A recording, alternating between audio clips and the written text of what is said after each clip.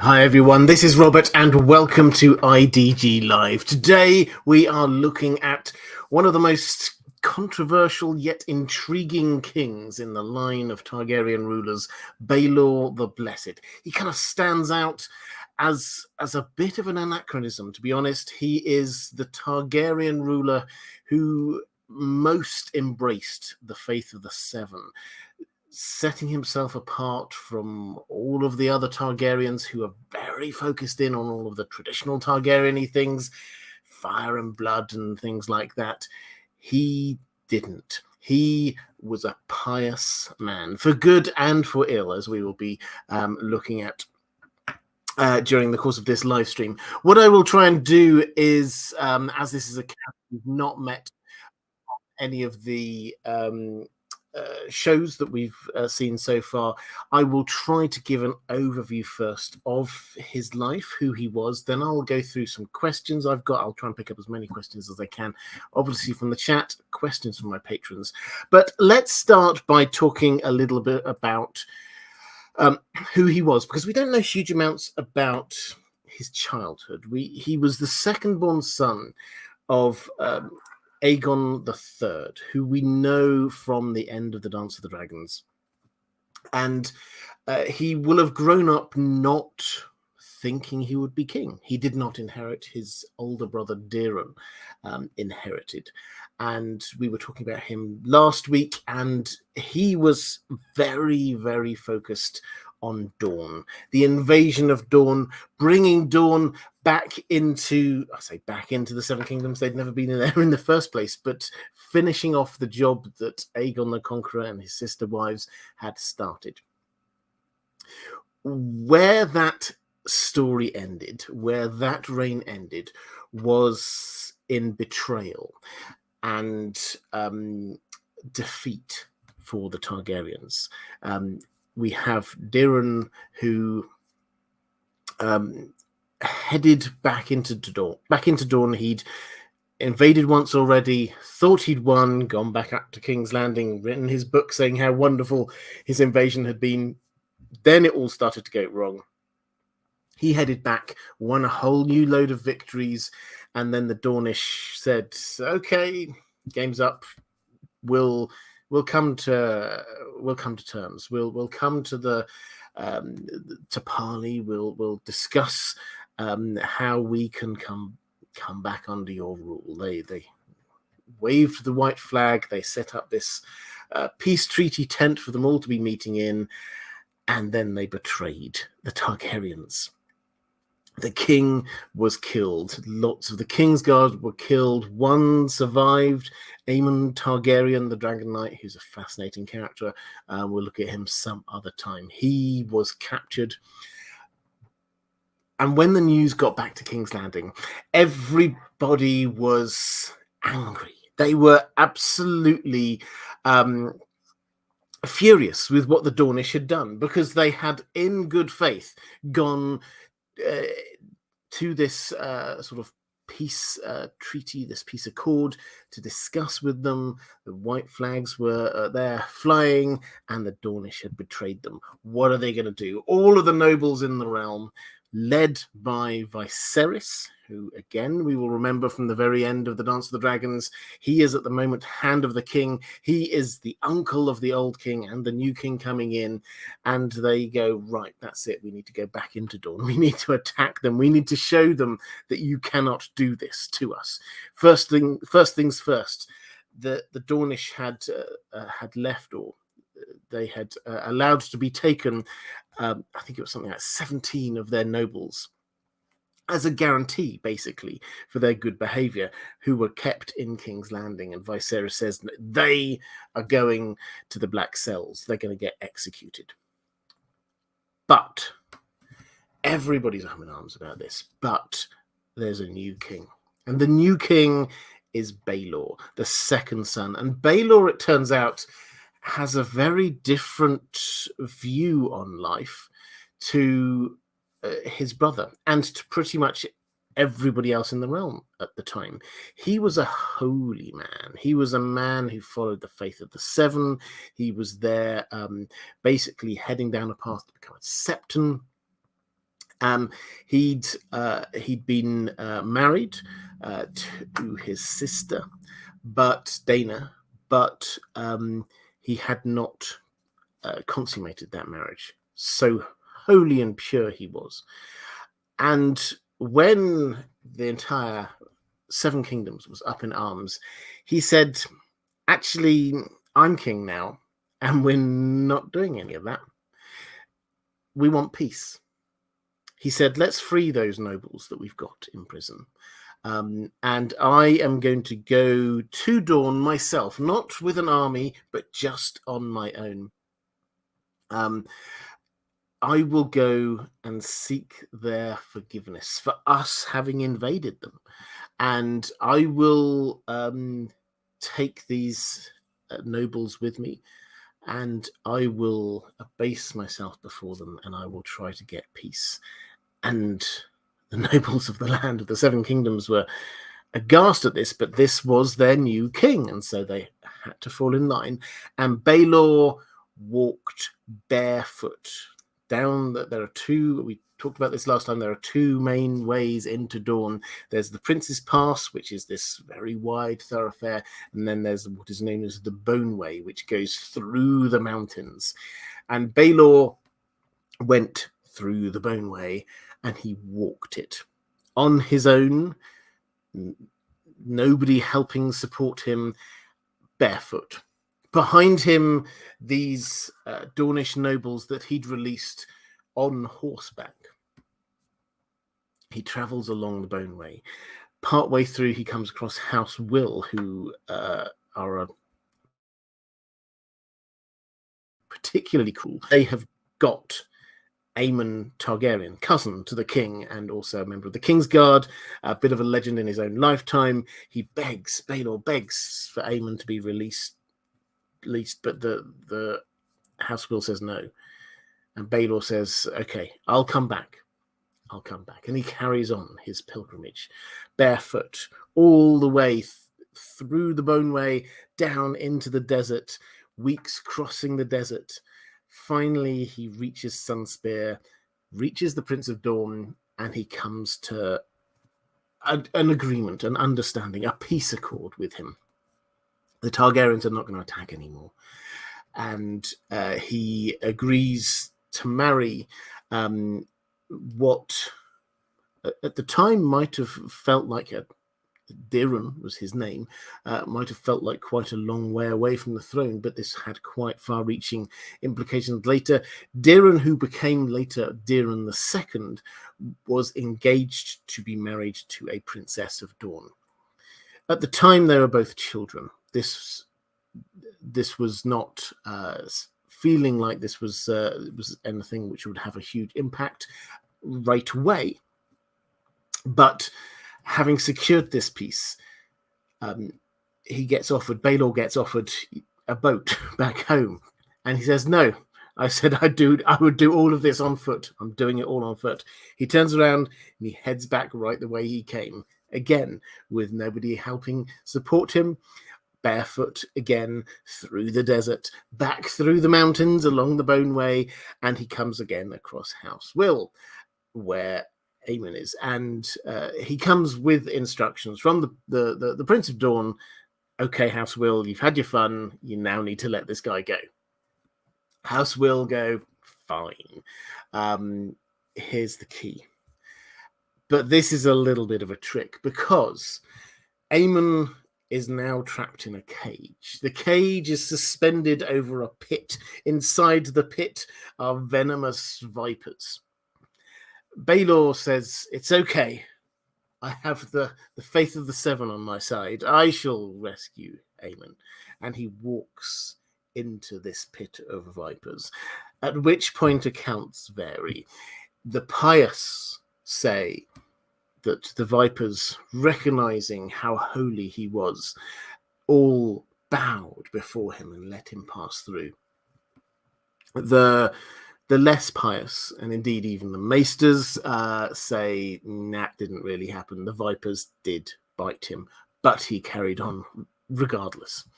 He gets to the cage, manages to get the key in, unlock it, but he starts to collapse. He's been bitten by these vipers. Aemon, the member of the King's Guard, his own cousin, grabs him, pulls him up into the cage, at which point Aemon then takes over the escape.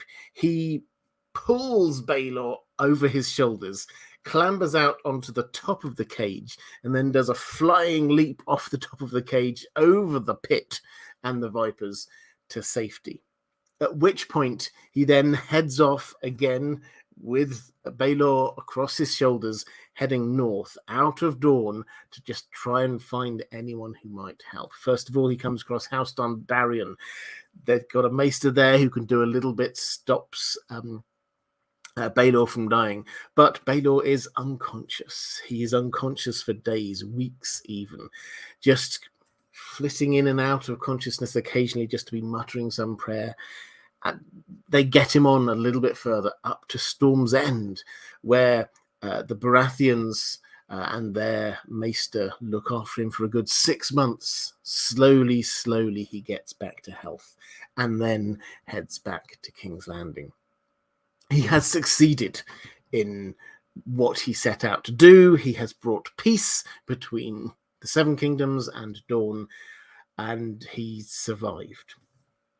At which point, people start to see that his piety is starting to turn, and again, this is a matter of perspective, either to be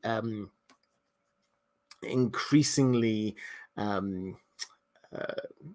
good and pious and bringing people to the faith of the Seven, or perhaps slightly more extreme. I'll allow you to be the judge. The first thing he does is he says, okay, so yeah, technically I know I married Dana, but it was never consummated, so let's get that annulled. Hey, High Septon. High Septon goes, okay, we can do that. And then he says, but really all three of my sisters, we can't have them just sort of wandering around tempting people with all of their womanly voluptuousness, or whatever words he used. He locked them up in what became known as the Maiden Vault in the Red Keep. He kept them away from everyone else, and they were not allowed to go out. No one else was allowed to go in other than maidens, and they stayed there through all of the time that Baelor was king, a full 10 years. He then started doing big acts of what could be called showmanship for the faith of the Seven, or if you wish to be kinder about it, just him living out his faith. He sees Visenya's Hill in King's Landing, and he says, right, let's build a sept on there, a great sept. That is where the great scepter that we know came from. He built or ordered the construction of the great sept. When the High Septon died, he turned around and said, oh, I had a vision of who should be taking over from the High Septon, and it's this guy down here, who was a stonemason, a very good and talented stonemason, it would appear, but not necessarily a great member of the faith. He was made High Septon. It lasted a little while before he died, at which point Baelor said, actually, I now know who the next one should be. It's this child down here. The child gets made great High Septon. He then starts also doing what we might call good deeds. We're not told of all of these. We're told, though, that he would empty the Iron Throne's funds on a regular basis to help people. One thing we are told is that there was 1 year where he said, this year, every day, everyone in King's Landing gets a loaf of bread. And that actually sounds quite a nice thing to do. There were people who were starving in King's Landing down in Flea Bottom, and for the first time for a long time, the king seemed to care about the small folk, and so the small folk started to love him, started to see him as a great king. He then started to look around and see heresy in various places. And one of the places he saw heresy was in books. He started book burnings. He got rid of all of the copies that he could find of the Testimony of Mushroom, for example, which, if anyone's read Fire and Blood, you will know sounds like a fantastic, rollickingly good read, but rather scandalous for somebody of Baelor's temperament. He also tried to burn everything that he could of Septon Bath. Now, Septon Bath, you may remember, was a Septon, but also he was Hand of the King to Charis I, and was clearly a very clever and able person who clearly had done a huge amount of research into lots of different things. In particular, one of the books which was got rid of was A Natural History. This is the Septon Bath's magnum opus about dragons and their nature and why they are like they are. The best understanding we have of dragons, that was all burnt. When you read The World of Ice and Fire, which is written purportedly by the Maesters, they actually seem to hedge their feelings on this a little bit. They agree that perhaps Septon Bath did have some kind of overtones of magic use about him. That not much of that comes out in Fire and Blood, it has to be said. But at the same time, they dislike getting rid of knowledge, and Septon Bath clearly was a very knowledgeable person. So we have book burnings. Then we also have him starting to think that he should be leading what we might call a crusade across the Seven Kingdoms to make sure everybody is following the Faith of the Seven, because he thought, well, hang on a moment, yes, the Faith of the Seven is here, based down in the main bulk of the Seven Kingdoms, but what about the North? They still follow the old gods. What about the Iron Islands? They follow their own weird drowned god. And that started to concern people. How was he going to do this? Could that lead to civil war? And he himself was, through all of this time, becoming increasingly emaciated, drawn, because he was going through long periods of fasting, depriving himself, which seems to be based at least on his hating what he saw as unnatural lusts within himself. Could this be why he actually hid his three sisters away so that nobody would ever see them, because he was actually trying to protect himself from his own desires? We don't know. It's speculated on a couple of times. But one thing we do know is that the Maiden Vault wasn't very effective. Although he had set this up with all of this great pomp and circumstance, they shall never come out, nobody will ever see them. Clearly, someone either got out or someone else got in, because Dana, his ex-wife, fell pregnant and had a son. Now, that son grew up to become Daemon Blackfire. Now, that's where all of the Blackfire rebellions come from there. And the father was the future Aegon IV. We'll cover all of that another time. But for now, pardon me, for now it's worth just noting that this came despite Baelor's best efforts.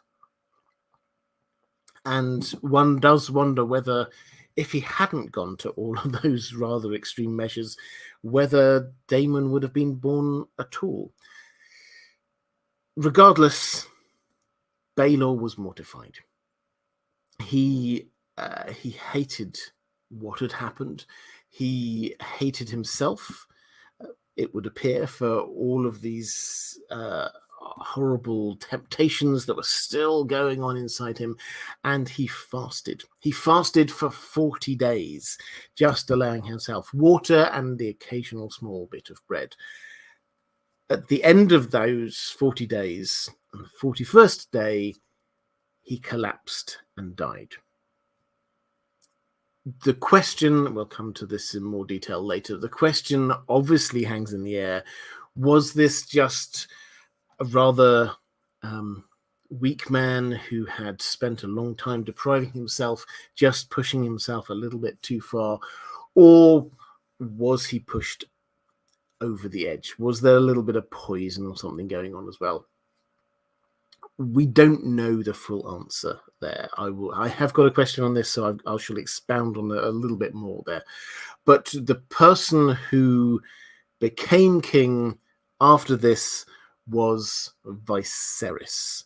This was Viserys II. This is the brother of Aegon III. So although we often talk about, we assume of this long line of Targaryen kings going down generation to generation, here what we've actually had is going back up a generation.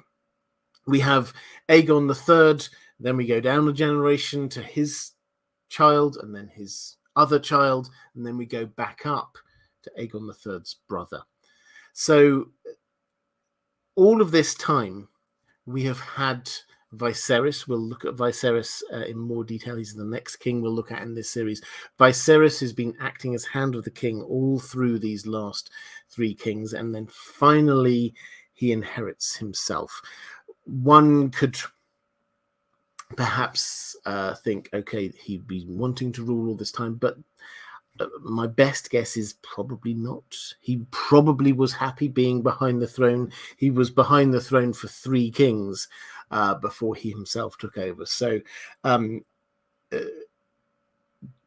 way that it's described by the Maesters is that Baelor, like Daeron before him and also Aegon before him, yes, they took an active interest in certain things, but the real person ruling at that time was Viserys as Hand of the King.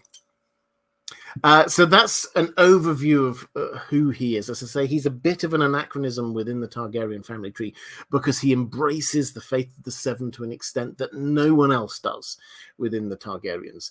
There are a few other Targaryens who go down that, but not down that route, but not any who then sit on the Iron Throne. Maura Lee, thank you so much. Hi there, Maura, by the way, saying very generous super chat. Thank you, saying just a show of love and support and appreciation for all the fabulous content, stories, and merch. I love you, and Dan the dog, you are the best. Well, thank you very much. I do hugely appreciate that. Question from, I think I had another one here somewhere. Roman Lakovets, hi there, saying, I was just wondering, do you run your YouTube channels as a hobby or is it a full-time commitment?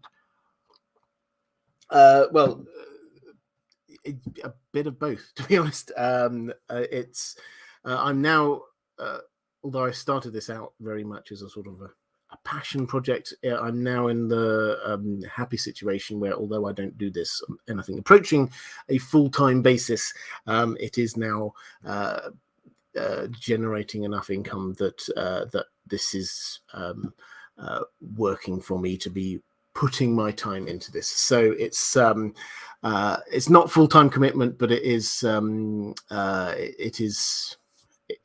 paying for itself, is what I'm saying. So thank you. Callie Summers asking who eats a loaf of bread every day. Yeah, this is what he gave a loaf of bread. If you are poor in Flea Bottom and that's what you were given, then yes, you would eat a loaf of bread a day. I mean, it was whether it's like a massive loaf or just like a small loaf, we're not told. But the fact that everybody got kind of like what we might call now a social safety net, a minimum amount to keep them alive each day was a massive change to how King's Landing had been run.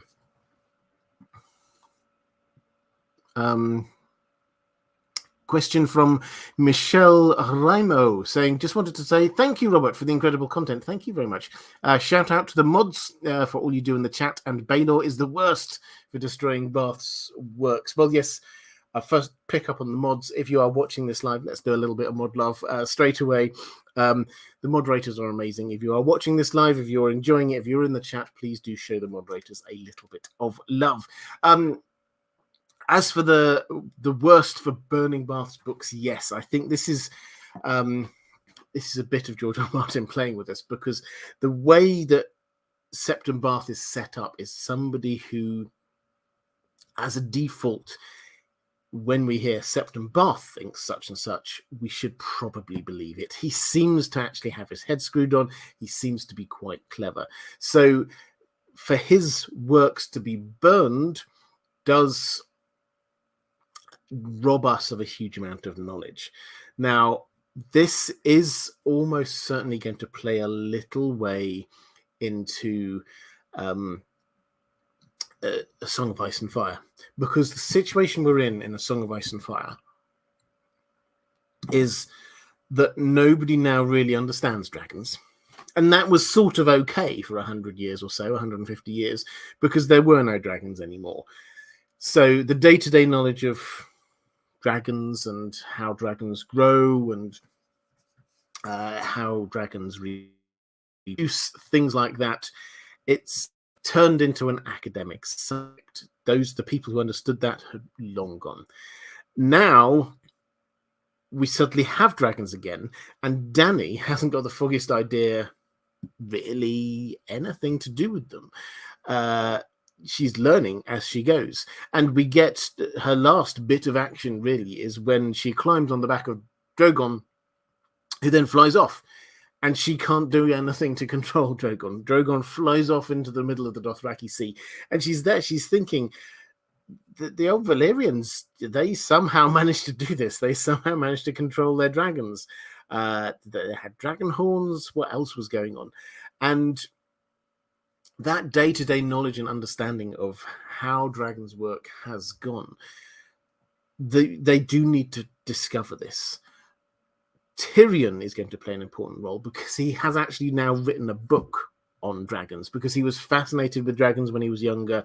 And then when he was on board the Shy Maid going down the River Rhine, he was basically asked or told to write down all he knew about dragons in a book. And that book is now in the hands of young Griff Fagon. So they now know a bit about dragons. But he is now down in Meereen, where there are dragons. And Dany will presumably return so he can give the benefits of his knowledge there.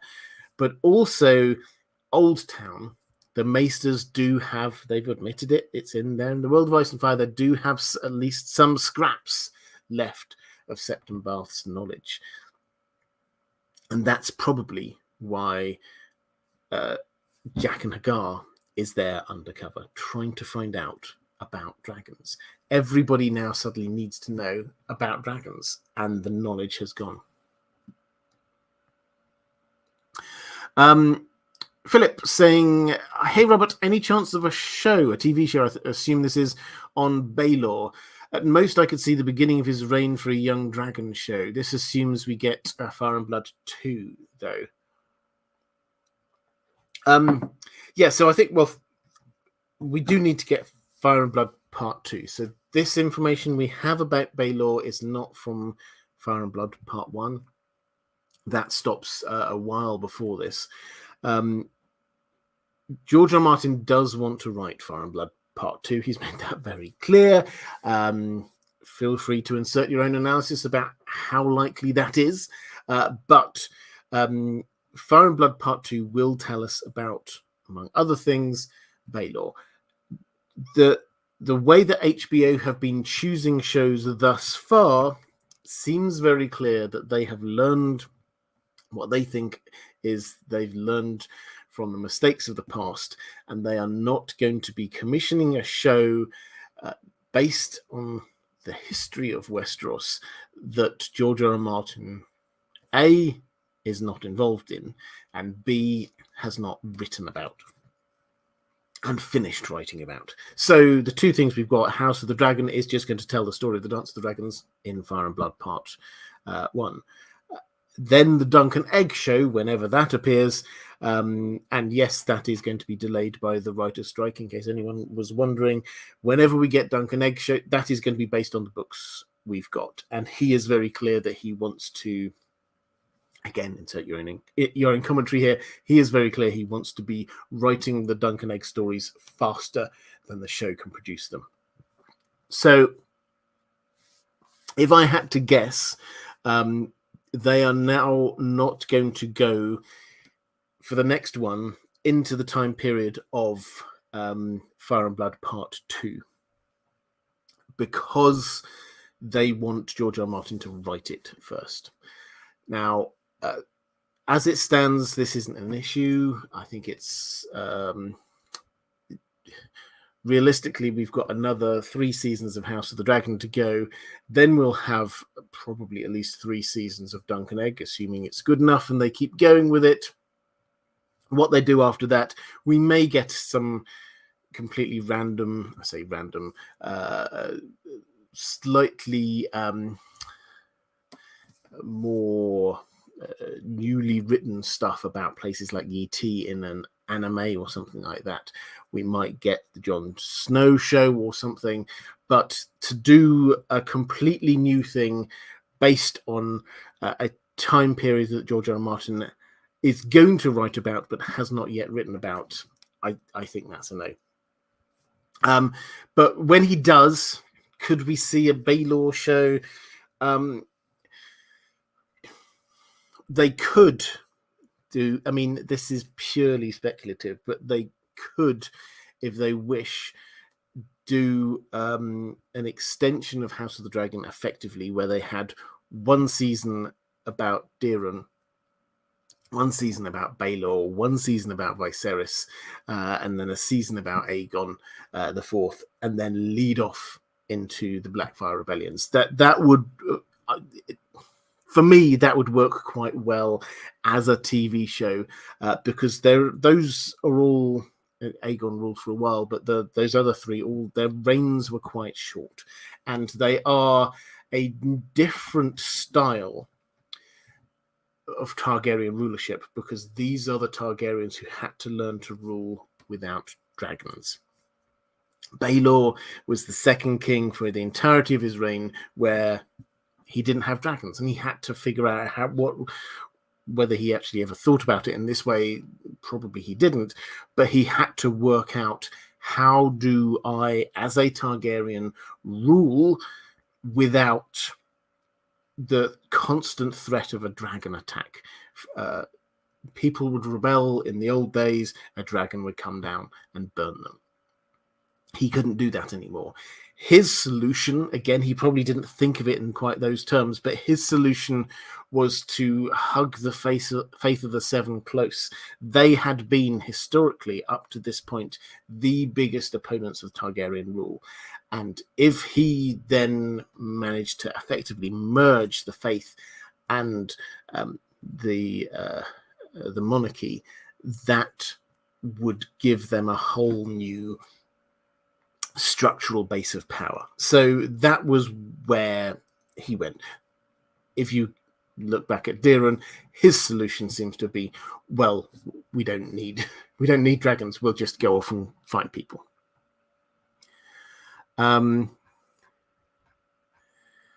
Think that's me caught up in the chat. Andrew K saying, Baelor meant well, it seems, but fanaticism certainly led to some bad decisions. And I personally think from Baelor's reign, Targaryens have viewed that much more vulnerable since. Yes, that's... I would say they're more vulnerable since the loss of the dragons, would be my take on that. I don't think it's necessarily Baelor. One could argue, and we'll come back to his legacy later once we've looked at all of the different angles of this, but one could certainly argue that he created a new structure within Westeros that allowed the Targaryens to continue their rule even without dragons. By which I mean Aegon III carried on his reign. Some of the time that there were dragons around, and there was always the threat that dragons might come back. Daeron just carried on trying to do the Targaryen thing, but without dragons. Baelor was the first to go, okay, well, maybe we need to do peace negotiations with people. Let's try and do marriages with important other families to bring them in. Let's try and get the faith away from their base down in Old Town and base them up in King's Landing so that we can strengthen the ties there. So he, more than anyone, I think, shifted the focus on what it meant to be a Targaryen ruler.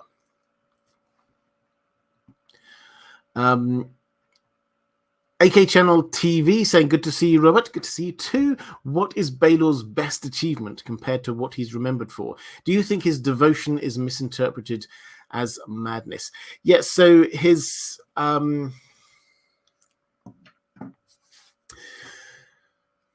is his devotion misinterpreted as madness? Certainly people were concerned that he was mad. He started out doing a thing which people thought was mad. To start with, the pilgrimage down to Dorne, it sounds like it nearly killed him, basically. But those vipers, although it's an interesting little anecdote in his story, that was very much a near-death experience for him. He was out of action for 6 months. People were concerned when he came back. They were concerned that the viper's poison had affected his brain. And they wouldn't have thought that for no reason. They clearly, the strength of his faith was even stronger having returned. So, yes, is the short answer, that people did interpret his pious acts as madness. In terms of what his best achievement is compared to what he's remembered for, I think he's remembered for the Maiden Vault, the locking up his sisters and the building of the Great Sept of Baelor, and also burning the books. That seems to be what he's remembered for when people talk about Baelor. I think his greatest achievement, I think his two greatest achievements. First was to end the constant confrontation with the Faith of the Seven, which had been there. It was there during Aegon the Conqueror's time, down into Aenys, when you get Maegor the Cruel. It was a huge issue. Jaehaerys managed to dampen it down a little bit, but you can certainly see the Dance of the Dragons. There was an element of the faith doing a bit of a power play there through House Hightower. It's the shift of let's get the Faith of the Seven out from Old Town and up and actually bring them in to be a part of the power structure in King's Landing was hugely important. And that survived for the next century, really, until Cersei gets involved, that taming of the Faith of the Seven, as it were. The second thing is that he was loved by the people in a way that probably no other Targaryen ruler was. And that's because he did good deeds. We only read about one or two of them. We read about things that sound kind of crazy. That giving people a loaf of bread a day was a good thing for the people. They loved it. The people loved him. So that, in the kind of the genetic memory of the people who lived in King's Landing, will have meant that they who had suffered through, and suffer through was the right word, the Dance of the Dragons, Maegor the Cruel, and other kings who basically just ignored them. Aegon III, we haven't heard all his story yet in Fire and Blood, but he basically seems to have ignored most of the people. Daeron basically ignored them, just went off and fought in Dorne. Here was a king who actually seemed to care about the small folk. And that will have had a huge importance on the mentality of the small folk that, yeah, it's not that all Targaryens hate us and disregard us. Some are all right. And that meant that they could carry on going, well, maybe this next one's going to be all right, rather than just assuming that they're all going to be terrible.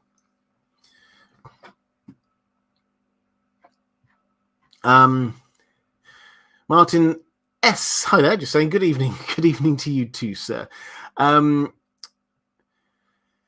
Summers saying, not a fan of Baelor, but was he more capable than he seemed? I'm surprised he didn't try to bring back the faith militant. Well, he seems to have been a man of peace.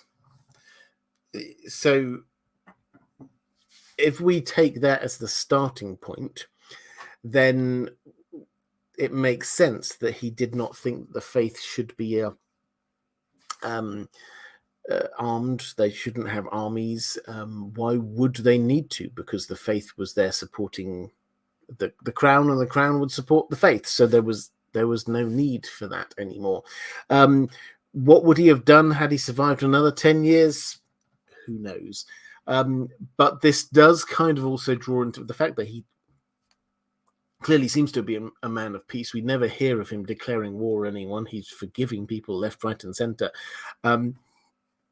That all of that does slightly cast a bit of doubt, it has to be said, on this idea that he would have seriously caused a civil war or declared war on the North or the Iron Islands because they were apostates, people who believed in other gods. Sure, he may well have aggressively pushed septons in there trying to convert people or something like that, but or done some kind of tax policy which aggrieved them. This certainly seemed to be using tax policies to support causes that he liked. One other random thing was tax breaks for nobles who put their daughters into chastity belts. Just a random thing that he did. So he certainly saw the tax system as a way to be pushing the agendas that he wanted.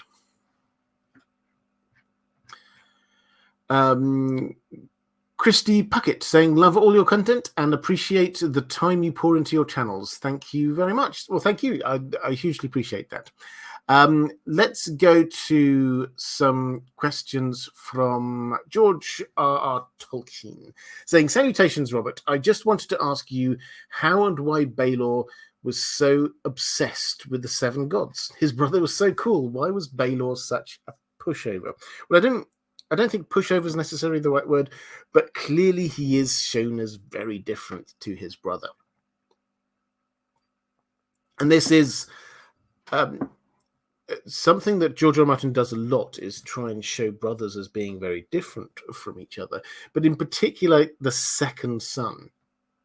Second sons are often shown as being, they're not the ones who are raised to rule, but they're often the more strong-willed in some way. So Tyrion is a second son. We go back in time, we get people like Daemon Targaryen in House of the Dragon is a second son.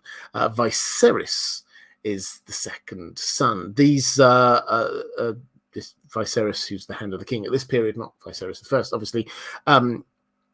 These characters are often very strong and shown in contrast to their older brother, which does have some kind of psychological basis. Like the second sons, particularly in royal families, we often see second sons when the older brother is doing the thing that is expected of them, the thing that they have been brought up to be doing. The second son often goes on a different path. So that is what George R. R. Martin is doing here. He's showing a second son going in a different path. Daeron was just carrying on being the Targaryen, doing the Targaryen thing. Baelor was different. So that's the main thing that I think he's trying to say. Why the Faith of the Seven? He's not the only Targaryen to sort of dabble with the Faith of the Seven, and it has to be said, one of the few things that a younger child of the nobility could do.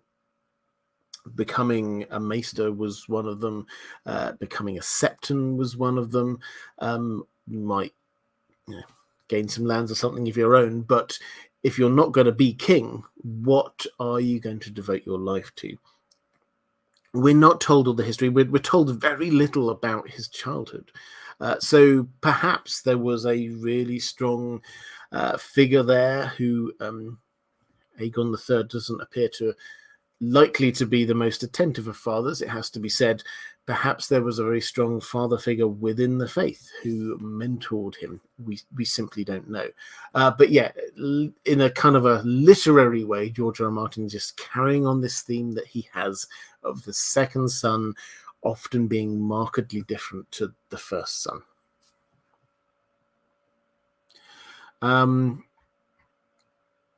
Question from Johnny Sariani saying, "Hi, Robert. I hope you are doing well." I am. Thank you. I have two questions. I'll answer the second one a little bit later. Eustace Osprey, who's a character that you'll find actually in Duncan Egg in The Swan Sword, the second of the Duncan Egg stories, he described Baelor as feeble. Is this a sentiment shared by most folk, or is this Osprey's bias for strong warriors rearing its proud head? I think it's the latter. He is, and this is something which is noticeable when you read through A Song of Ice and Fire and the wider works. I've noticed this increasingly as I've been going through this series of looking at the Targaryen rulers. When they get mentioned in the main story, these now characters from history, often you will find differing views of them. When you get, for example, with Baelor, you get someone like Sansa, who is all full of the stories. Of course she is. The young Sansa, she's there, she's saying, oh, he was such a great and wise and pious person. Everybody loved him. What a wonderful person. But others kind of mock him. And this is the way that George R. R. Martin is trying to show how historians can present things in one light and other people can see them in a completely different light. Is the sentiment that he was feeble shared by most folk? My instinct is that the small folk just saw good deeds and the impressive things he did. The small folk will have seen he heads off to Dorne, gets peace, comes back. There's a couple of cool stories about vipers and things while he was away. Then he arrives back and he hands out bread for everyone. He does a whole load of good deeds. There are rumors about miracles. These are the kinds of things that people remember. They probably didn't see him all that much. The people who saw him will have seen that he was feeble. He was very weak physically. He would the fasting he did at the end of his life was not the only time he fasted. He would deprive himself of things on a regular basis, and he was thin, he was wiry, he was almost gaunt. So feeble is probably how a lot of the nobles saw him. Eustace Osprey, yes, he's fallen on hard times, but he is from the noble classes. And so, yes, this betrays his more kind of martial proclivities, but also I think how a lot of the nobles saw him. Let's not forget that when Baelor started and out as king, we looked at it right at the beginning of this live stream, all of the nobles were up in arms wanting war with Dorne, and he went against them, and that would have made him look weak. Him being away, him abasing himself before the Dornish prince, all of this will have made a lot of people think this actually is a weak man.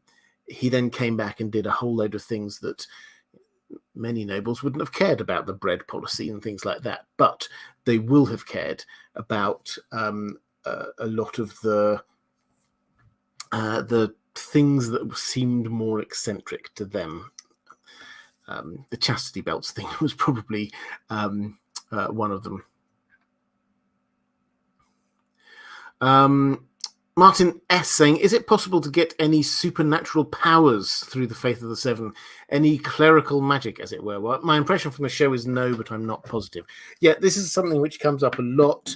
The short answer is, pardon me, the short answer is that we don't have any 100% verifiable bits of Faith of the Seven magic in a way that we do for almost all of the other faiths.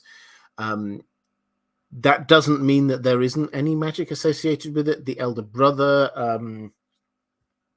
there seems to be some sort of healing magic going on around there, perhaps.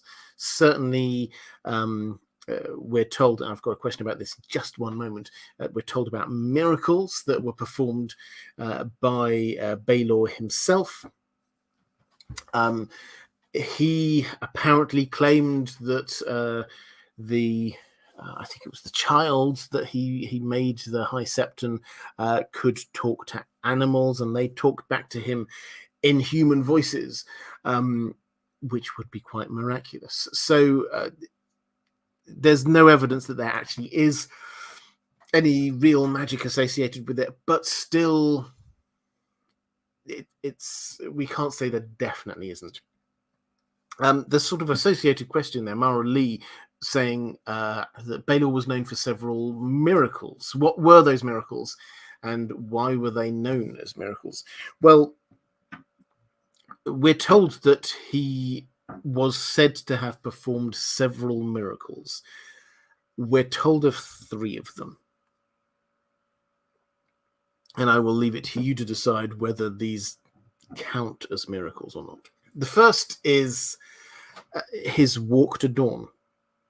I made quite a big thing of it when I was describing it, because it was quite a big thing. Him walking on his own without any help, barefoot, through the mountains, through the desert, surviving it all, was counted a miracle. The fact that he got there at all was counted a miracle. Is that a miracle, or is that just he kept on going and somehow survived? Again, I think that's open for a little bit of interpretation, one way or the other. The second miracle was that he managed to get peace with the Prince of Dawn. Again, is that really a miracle? I mean, it sounds like he's basically given the Dornish everything they want. A promise not to attack them again.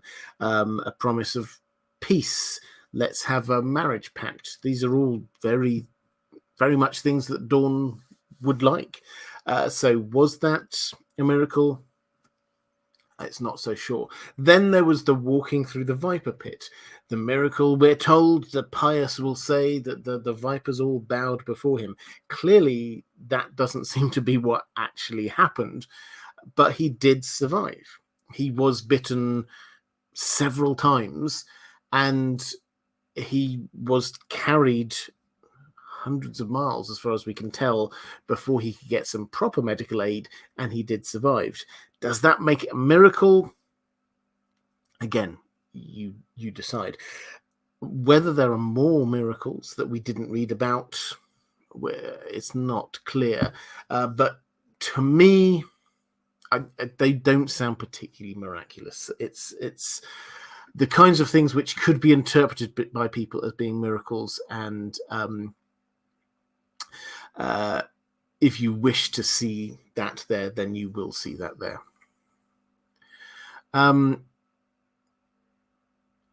Let's go to a question from 444 saying, "Hi Robert, what could be Baelor's motivation to destroy Aegon's prophecy and knowledge about dragons? Was this idea caused only by his strong personal faith, or was he influenced by some group of interest like the Maesters or the Faith?"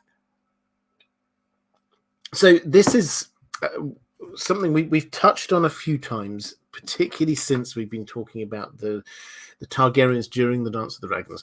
In House of the Dragon, big play is made of this prophecy, Aegon the Conqueror's prophecy, his dream, the Song of Ice and Fire, which gets passed down generation to generation. We see it gets at least as far as Rhaenyra on the show.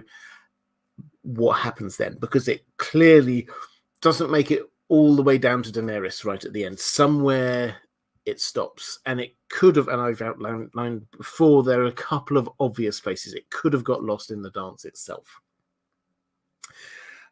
The other obvious place is with Baelor.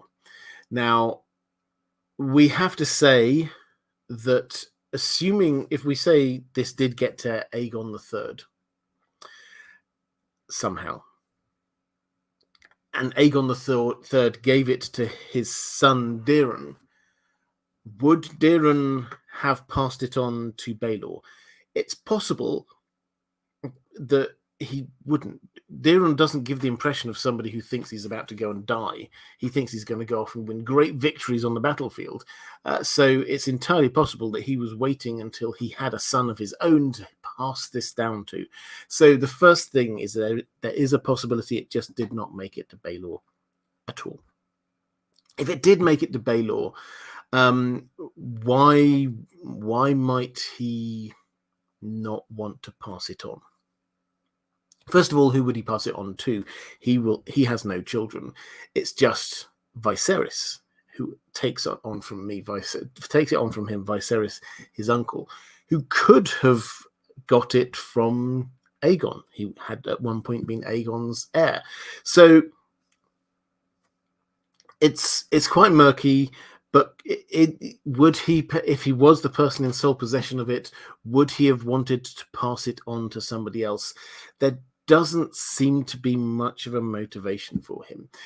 Leaving everything else aside, that does seem to be the thing which pushed some Targaryens to be trying to attack Dorne.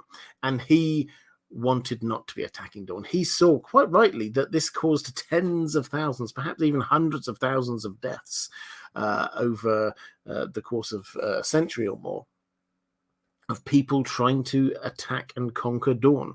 And he wanted to stop this because he was a man of peace. And if he had passed on to his heir, oh, by the way, there's this prophecy that it's really, really important to save humanity, that we have to be in charge of Dorne, then that could unravel all the good work that he will have thought that he did. So there's a good chance that if he didn't pass it on, it was because of that. Pardon me.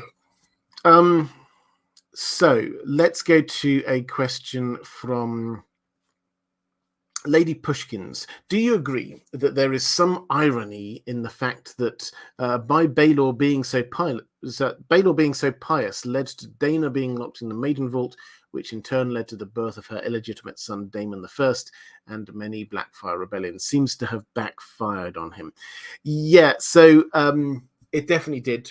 And this, I mean, one could, if one wishes to be a devil's advocate here, say if he hadn't done that, probably that would still have happened. Probably those two would have got together, Aegon and Dana, and they would have had a child. It's just that this way it happened in a way which really led to Baelor's death. So in the Maiden Vault, when it comes to Targaryen history, I'd have to be careful about how I say this. It's a bit of a distraction in terms of where the lines of succession go, because it certainly seems as if of the three who were there, one of them had a child anyway while they were there. One of them went and basically joined the Faith of the Seven, and the third married 3 times in total. So it's not as if this in any permanent way prevented those 3 people from pursuing what they were probably always going to be pursuing. So the Maiden Vault was a failed attempt. by Baelor to prevent his sisters from having children. It just did not work. It might have worked with one, the middle child, who then became a scepter herself. But for the other two, no, absolutely not.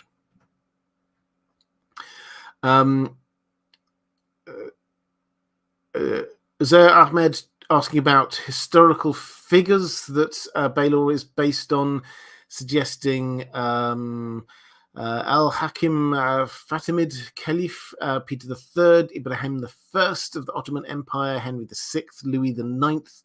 There are a lot, and I think it's worth just pointing out, as I always try to do with this, is that George R. Martin doesn't tend to take a character from history and just sort of cut and paste them into his story. But what he does do is he takes inspiration from particular characters and also historical archetypes, if I can say that.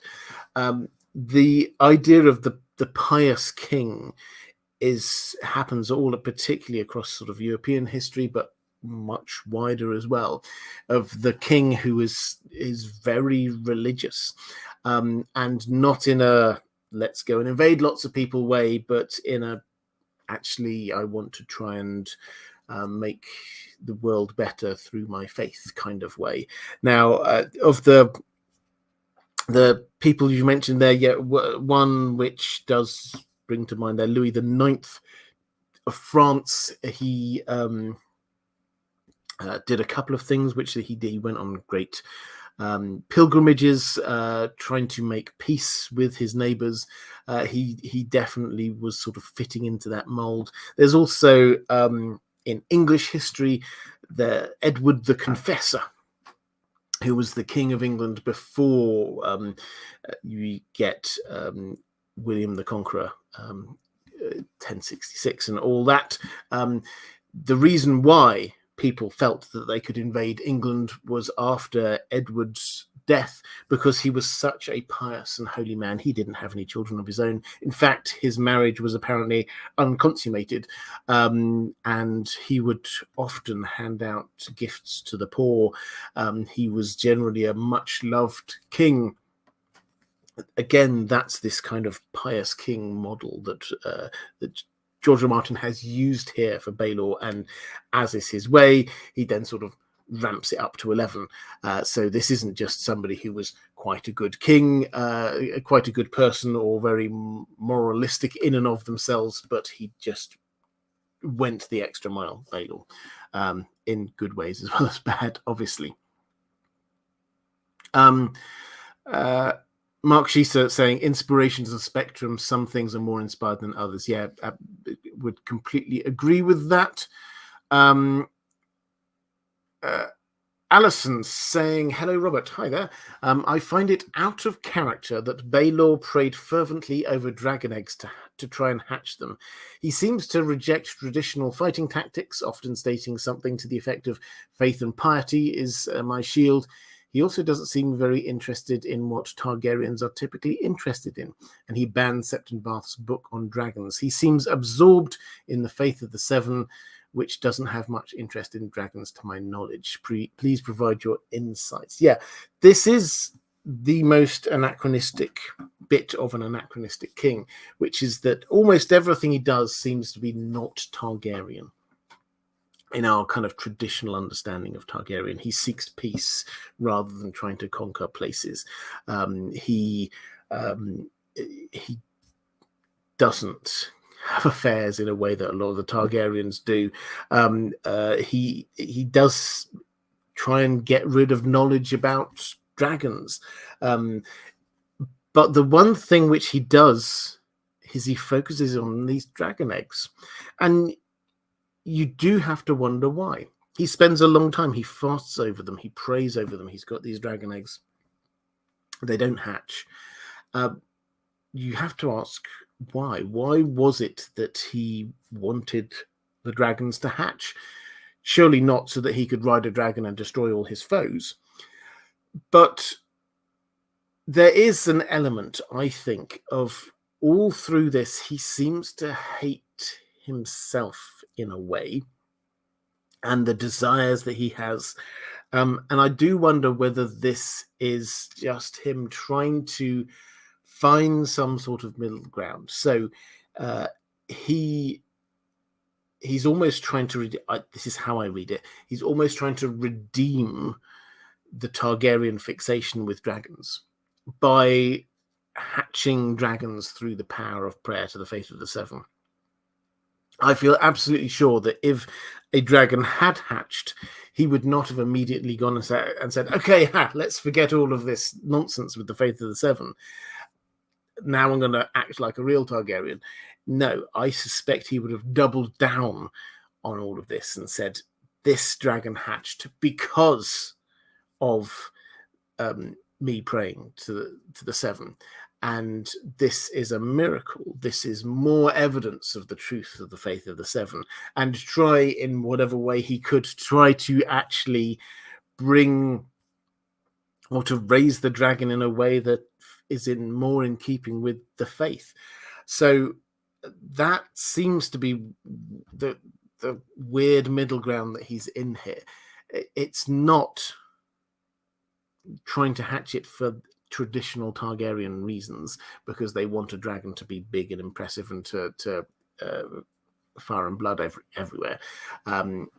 I think that he was wanting a miracle. I think he was wanting yet more evidence of the truth of the faith. King of Imps saying, hey, Robert, hey, do you think that Baelor moving the seat of the faith to King's Landing weakens the positions of both the faith and the High Towers while giving House Targaryen more control? If so, do you think this was intentional on Baelor's part, or was he more blindly faithful and just trying to do right by the Seven? So this is certainly one of the most significant things that he does, that he achieves. And it wasn't finished in his lifetime. He started it, the commission of the building of the Great Sept. And the impact of this was to move the center of the town to King's Landing. And that is not something that should be underestimated. The faith of the Seven had been based where it was for hundreds of years, millennia even. Since the Andal invasion, that's where they had based themselves. The Starry Sept, it doesn't really appear in the TV show, but this is a hugely important place in the world of Ice and Fire. We see it mentioned lots of times in the books. The Starry Sept was the heart of the faith, and that's where the High Septon was based. And he shifted this over. He managed to shift the center of gravity over to King's Landing. Why? How? Was he thinking geopolitically? I don't personally get the impression that that's the way his mind worked. I don't think that he was thinking strategically, if only I could get them over here and maybe the High Septon could base himself over here. Then we could, as Targaryen ruling family, we can influence them. I think he just saw there's a space there on top of a hill that there should be a really big sept on. So let's build it. I think that was as much as he was thinking. He may have thought, hey, wouldn't it be great if we can build something which is so huge and magnificent that the High Septon would be based here? Wouldn't that be good? But I don't think this was a power play trying to take power away from, say, House Hightower. I think it succeeded, but I don't think that that was his intention. This is not a great analogy, but it's the same kind of feel as if the move of the base of the Roman Catholic Church moved from Rome, the Vatican, to somewhere else. That's the same kind of feel. The Vatican still stays there, it still has all of its wonders, but the Pope bases himself somewhere else. That's the kind of feel that we've got going on here. Now, just the other bit you're asking, whether it weakens the positions of the Faith and the High Towers while giving the Targaryens more control. I think it did. I think it did do that. And certainly we see the High Towers being less involved later on in this 300-year story of the Targaryens in Westeros. In the first half of the story, they are clearly very important. Although they may not head out from Old Town all that much, their role is absolutely critical in some of the most important moments in influencing the faith of the Seven, in the role of the Maesters, and in the Dance of the Dragons, you can see the House Hightower obviously launching a coup attempt, basically. That in the second half of the story, from the dance onwards, the High Towers are still important, they're still powerful, they're still rich, but their influence seems much depleted. And part of that is, I think, inevitably the fact that they are based in the High Septon is based in King's Landing. The fact that we have a Grand Maester as well in King's Landing means that although he is ostensibly picked by the Maesters, he is also very much the pick of the king, and so suddenly we have these two hugely important characters in and around King's Landing, and they become part of, or at least the Grand Maester does, part of the small council, and open for discussions with the king at any time with the High Septon. And the moment that you have that, you have more of a to and fro discussion, an ongoing, well, you can do this, I'll do that kind of discussion, as opposed to where the High Septon had been, which was taking a position, and then it's are the Targaryens going to oppose this or not, or vice versa. Oscar Bogenberger Damsel saying, "Hi Robert, love the videos, thank you. Who, if it were up to him, would Baelor have left in charge? Would he have created a theocracy? He never fathered children." It's interesting. We're not told what his plans were for after him. The implication we get is that he wanted Viserys as the next person. There was a small, we'll cover this when we come to Viserys, there was a small bit of debate about whether after Baelor, maybe one of his sisters should have taken over, but the clear implication of his attitude towards his own sisters does seem to imply he wouldn't have wanted that. I don't think he gave it that much thought, in all honesty. I don't think that he actively thought, "Oh, I'm about to die." I think he had been through so much that he thought he would just carry on being blessed. And he was still, let's not forget, quite young. He died at 27. So it's not that he was reaching the end of his life and was thinking, well, who should I be passing this on to? He was still a young man. Now, could he have tried to set up a theocracy? Possibly. But he never gives the impression of ceding control to the faith. He brings the faith in, but he's the one who's choosing who the High Septon is each time. He's the one who's building the Great Sept, or commissioning the building of the Great Sept. He is at no point saying, actually, you know what, I'm less important than what's going on with the High Septon. He never does that. So the idea of him setting up a theocracy, personally, I don't think that looks particularly likely.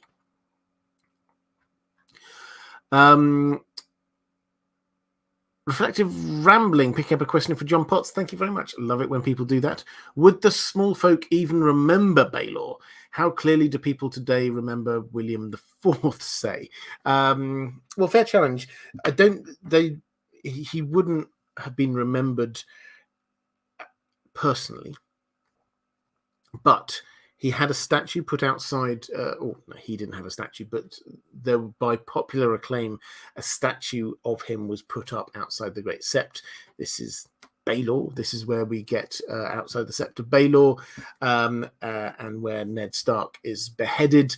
In the show, I thought they did that really well when he's just sort of like saying to Jon, Baelor, Baelor, because that's where Arya is hiding. So he is not remembered personally, but the stories of him were passed down from generation to generation because the people needed these stories, and he was the person who was held up as being the great king who loved us. So was he remembered? No, but the stories meant that the small folk did remember him, and the fact that he had a statue, we're not actually told of that many statues in King's Landing. There are lots of statues around and about in the world of A Song of Ice and Fire, but this is probably the most prominent, famous statue there is. We're not told, by all means, chat if you can remember any examples, but we're not told, for example, of there being a massive statue of Aegon the Conqueror and his sister wives, or here's good King Charis, or something like that. We are told about the statue of Baelor. So that clearly is very important to people, and it's the stories that go with it that gets passed down.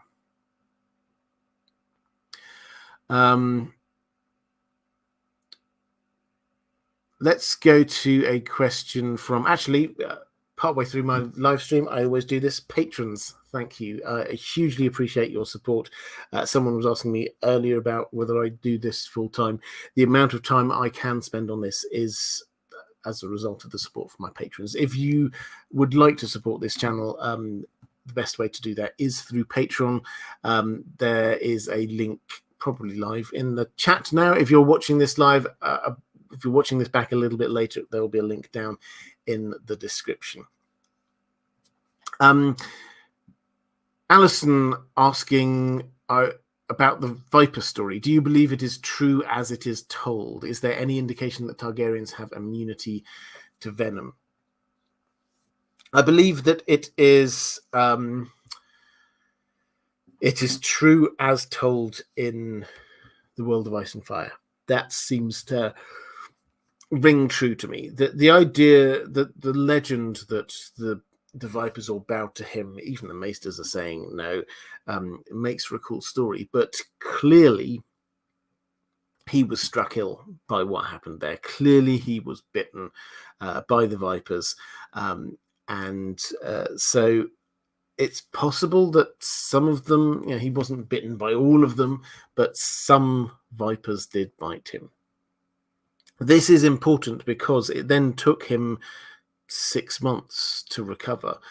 It may well have affected his personality. And by the time he came back, the story had then become quite mythological. He survived, having to walk through Vipers, and he survived. It easily became from there because he wasn't bitten. So it's one of these stories that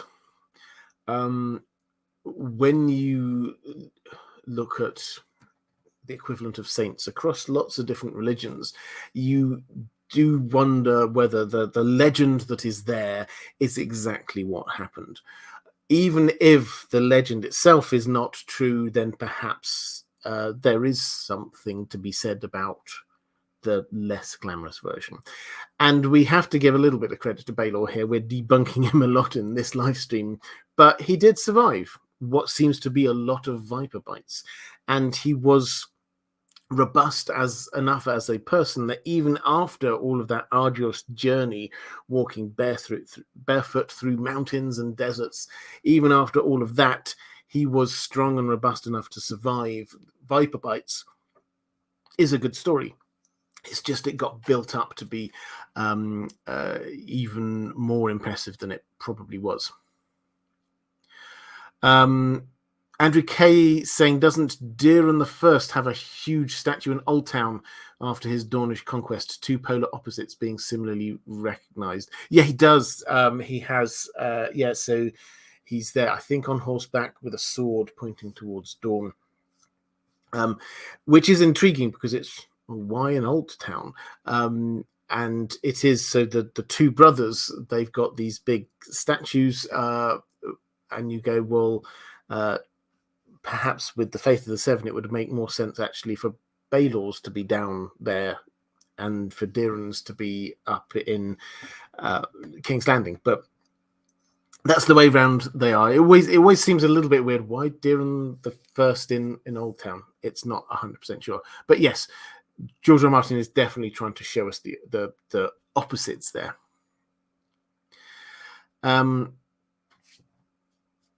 Let's go to actually, just to finish off that, Alison asking whether there's any indication that Targaryens have immunity to venom. No, is the short answer. They do appear to be to have a greater resistance to many infections and diseases and things like that, but not everything, and it's not 100%. So it's more in the same way that we get Targaryens who they're not heat resistant. That it's not that they can't be hung, fire can kill them, but they do have a higher tolerance for heat. So Dany, for example, likes very steaming hot baths, and they can cope with being close to the heat of dragon fire and things like that. But they, and as George R. R. Martin rather pithily puts it, it certainly wasn't enough to help save Viserys from that molten gold. So it's that kind of feel. They've got basically a +3 resistance against heat and +1 or 2 resistance against various different possible ailments. Question from Creative Branches. What similarities and differences do you see to Tommen's rule and Baelor's? Well, this is interesting. So Tommen,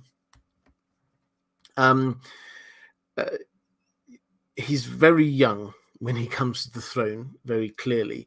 And that does have an echo across to Baelor. Baelor was only 17. Tommen's a lot younger than that.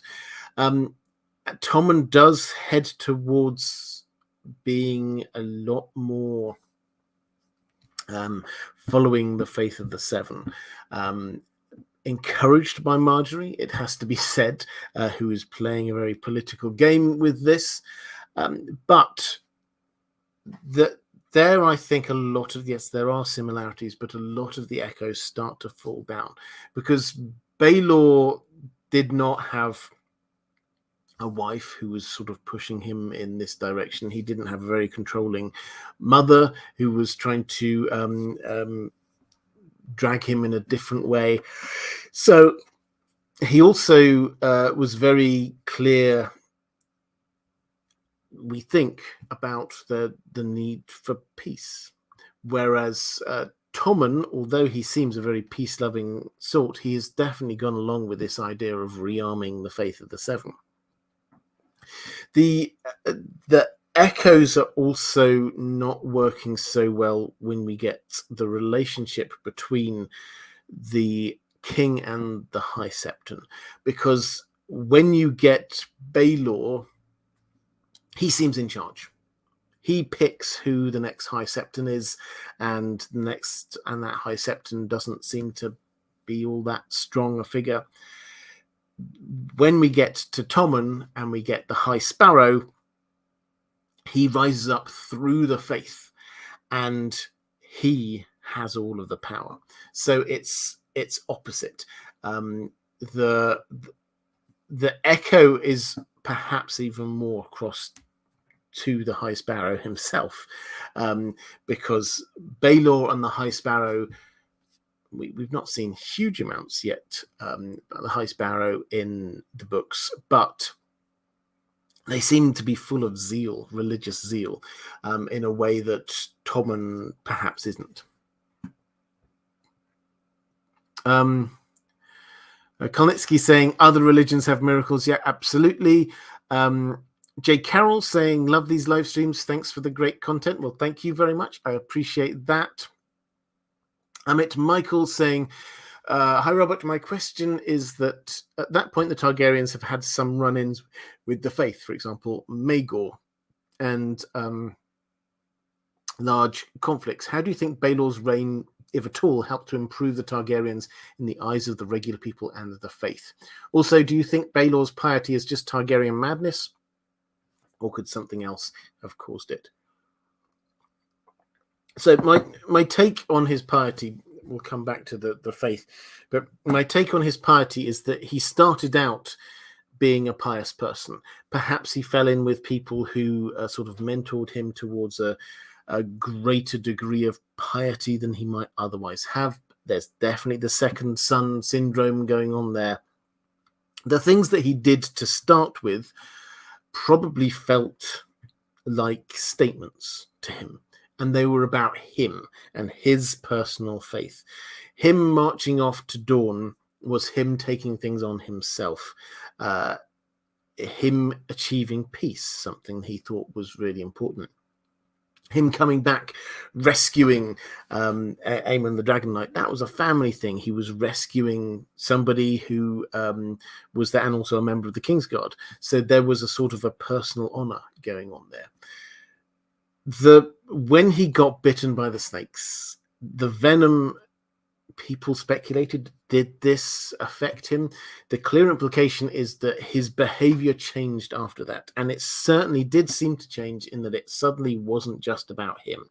It wasn't just about him and his own personal faith, his own push for peace. It starts out with, maybe it was a bit about him locking away his sisters. Maybe that was about him trying to control his own temptations. But after that, it was more. It was banning prostitution within King's Landing. It was the tax breaks for people who put chastity belts on their daughters. It was trying to push his own faith out there onto other people. So there was a clear shift that happened. If I had to guess, then yes, the viper venom did have an impact on him. This wasn't just he got bitten by a snake, he recovered, he came back again. He was unconscious for days, weeks. He could not move for 6 months. This was a huge shift in who he was. For a king whose reign was only 10 years, to lose what must have been a year or so in total to that was a massive event for him.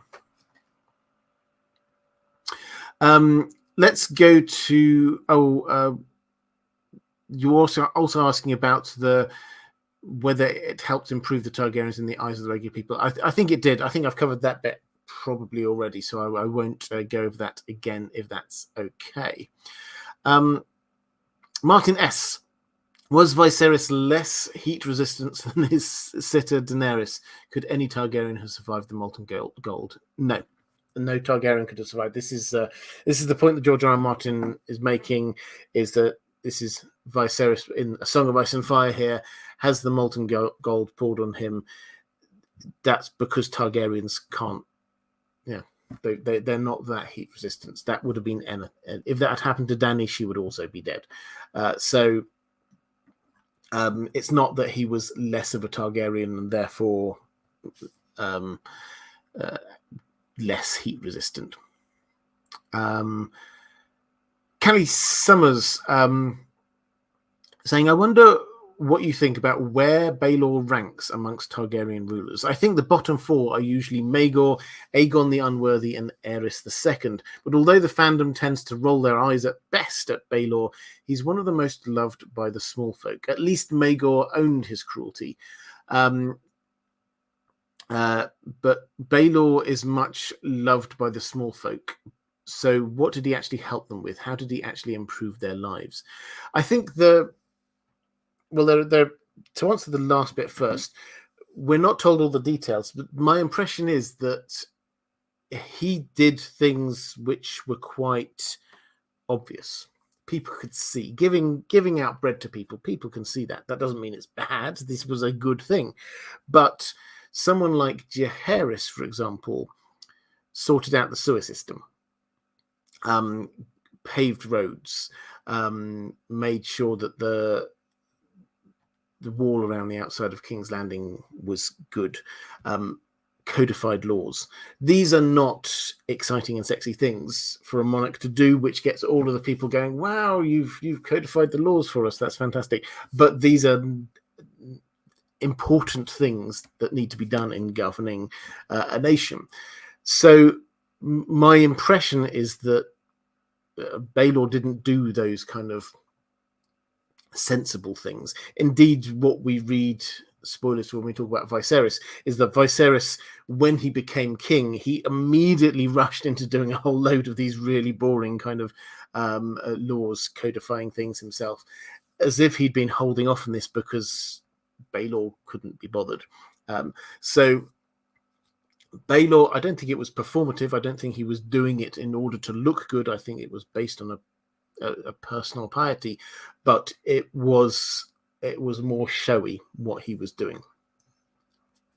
In terms of where he ranks in Targaryen rulers, I find this quite hard. I mean, I don't really hold to like having a ranking of who's the best to who's the worst, because all of them have good and bad sides. What we can say is that he is an oddity, he's an anachronism, he's different to the rest because of his approach with the Faith of the Seven. His impact in the longer term is probably one of the more positive ones, in that what can you say is his longer term legacy? Well, peace with Dawn ultimately came from his actions and ultimately led to Dawn coming into the Seven Kingdoms. The establishment of Targaryen rule without dragons, I place down to him. The tying in with the Faith of the Seven, again, I don't think he was particularly planning this in some kind of very realpolitik way, but I think that definitely shifted because of what he was doing. So if you just look at in the long term, what are the benefits? Quite good. In the short term, did he do some rubbish stuff? Obviously, we've talked about a lot of it already. So I think you have to kind of balance this. And you also have to kind of balance this in terms of what the Maesters are wanting to show us. Because some of the kings that people think are good and great, perhaps they weren't so good and great all the time.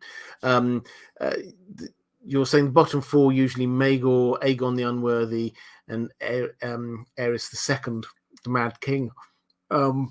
Is Baelor one of those bottom few? I don't think he's quite in. He's definitely not in Maegor's area, the Mad King's kind of area. He's not deliberately, cruelly murdering people through torture. Yes, he did bad things. Imprisoning his sisters is in no way, shape, or form a good thing. This was a bad thing, but you compare that to Maegor murdering thousands of people who he hired to build something for him. You can see who seems to have the greater preponderance of bad things. So I kind of put Baelor somewhere in the middle myself. I don't think he's an obviously great leader. I don't think he's an obviously terrible one.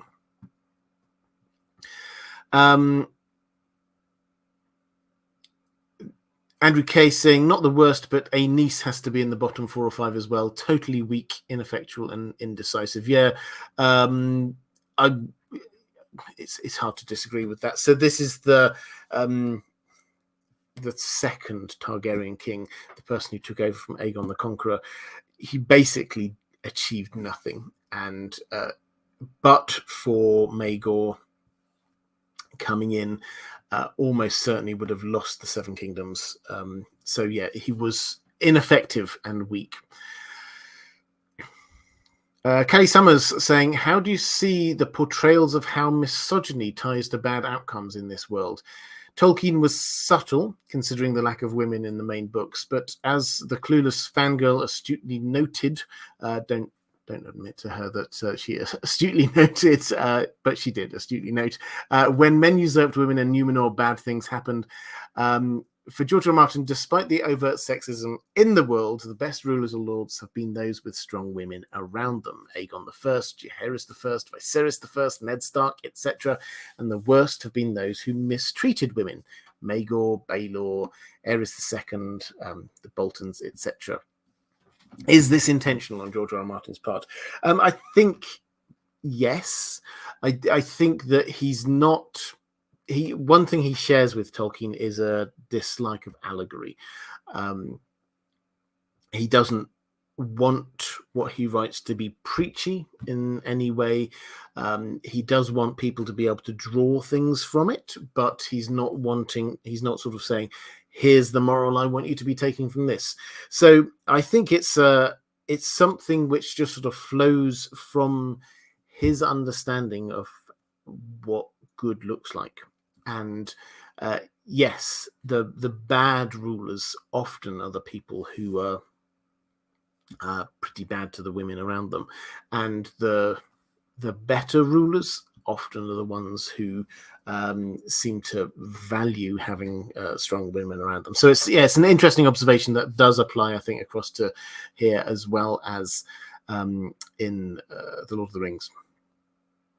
444 asking, was Baelor's death directly related to his way of life, or did someone help him? If so, who was the suspect? I said we'd come on to this because his death, just to remind you, his death came at the end of a 40-day fast.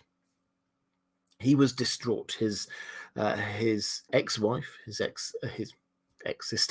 ex-sister wife, pregnant, given birth, despite his best efforts, locking her away in the maiden vault. So this was not just her breaking free from what he was wanting, keeping her away from people, but also this is now a bastard child who, although he didn't know this at the time, would grow up to be Daemon Blackfyre. So there's definitely lots of longer-term ramifications from this. He then fasted for 40 days after this. Just water and a little bit of bread every now and then. He was already quite weak. He was never a strong man. He had obviously put himself through quite a lot during his short life. This wasn't his first long-term fasting. He'd gone on that effectively pilgrimage to Dorne and back, the viper bites. So he was not in the best of health. But he was still just 27. He should, all things being equal, probably have been able to survive that far. If he was still eating some bread and drinking enough water, he probably should have been able to get through. However, he would be incredibly weak and vulnerable. Who could have sort of just nudged him a little? There was some speculation that this was Viserys, his uncle. The speculation was that perhaps his uncle wanted the throne for himself. I don't think that's likely because he was effectively running a lot of the Seven Kingdoms already. He was Hand of the King. He'd shown no inclination before to get the throne. There's the hint that perhaps this could be to try and prevent a civil war, because Baelor at this point was wanting to make all of the Seven Kingdoms, including the North, the Iron Islands, worship the faith of the Seven. That might lead to civil war. Could that have been Viserys? Maybe. It's possible. We don't know enough about Viserys to understand that. The idea that he might have killed his nephew does seem quite extreme. But then Baelor was getting more extreme.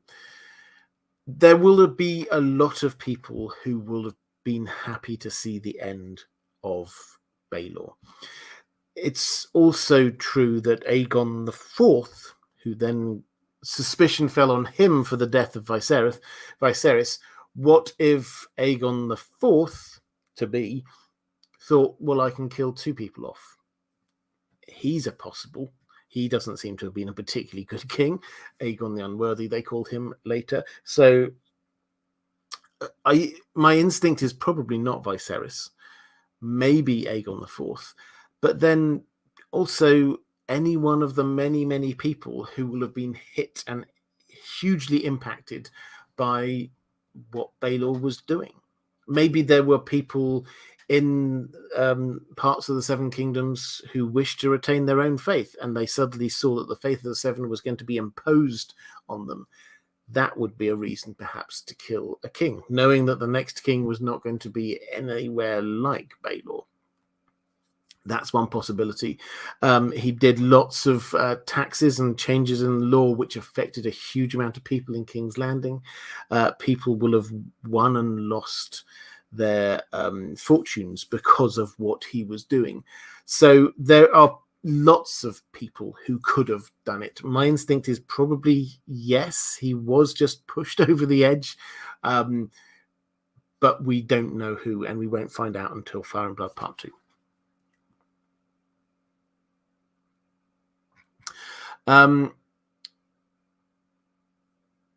Let's go to a question from Catherine Furseth saying, how do you think the conflicting traits of being a Targaryen and being a devout follower of the Seven affected Baelor? Being Targaryen inevitably has some form of fire symbolism related to magic and dragons. However, he was devoutly following the non-magical faith of the Seven. This conflicting duality seems to play out, for example, in the fact that he destroyed Septon Bath's unnatural history and a lot of ancient knowledge of dragons. But on the other hand, he tried to bring dragons back through hatching dragon eggs. Do you think this conflict within him might be why he was almost punishing himself through his puritanical lifestyle?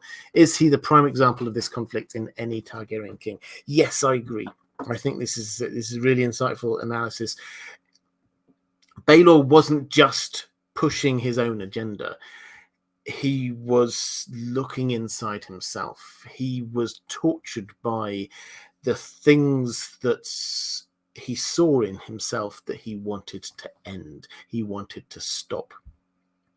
There's a reasonably strong case to be said that locking up his three sisters was not to save everybody else from looking at them and having lust in their eyes, but actually him, because he didn't want to be putting himself through that.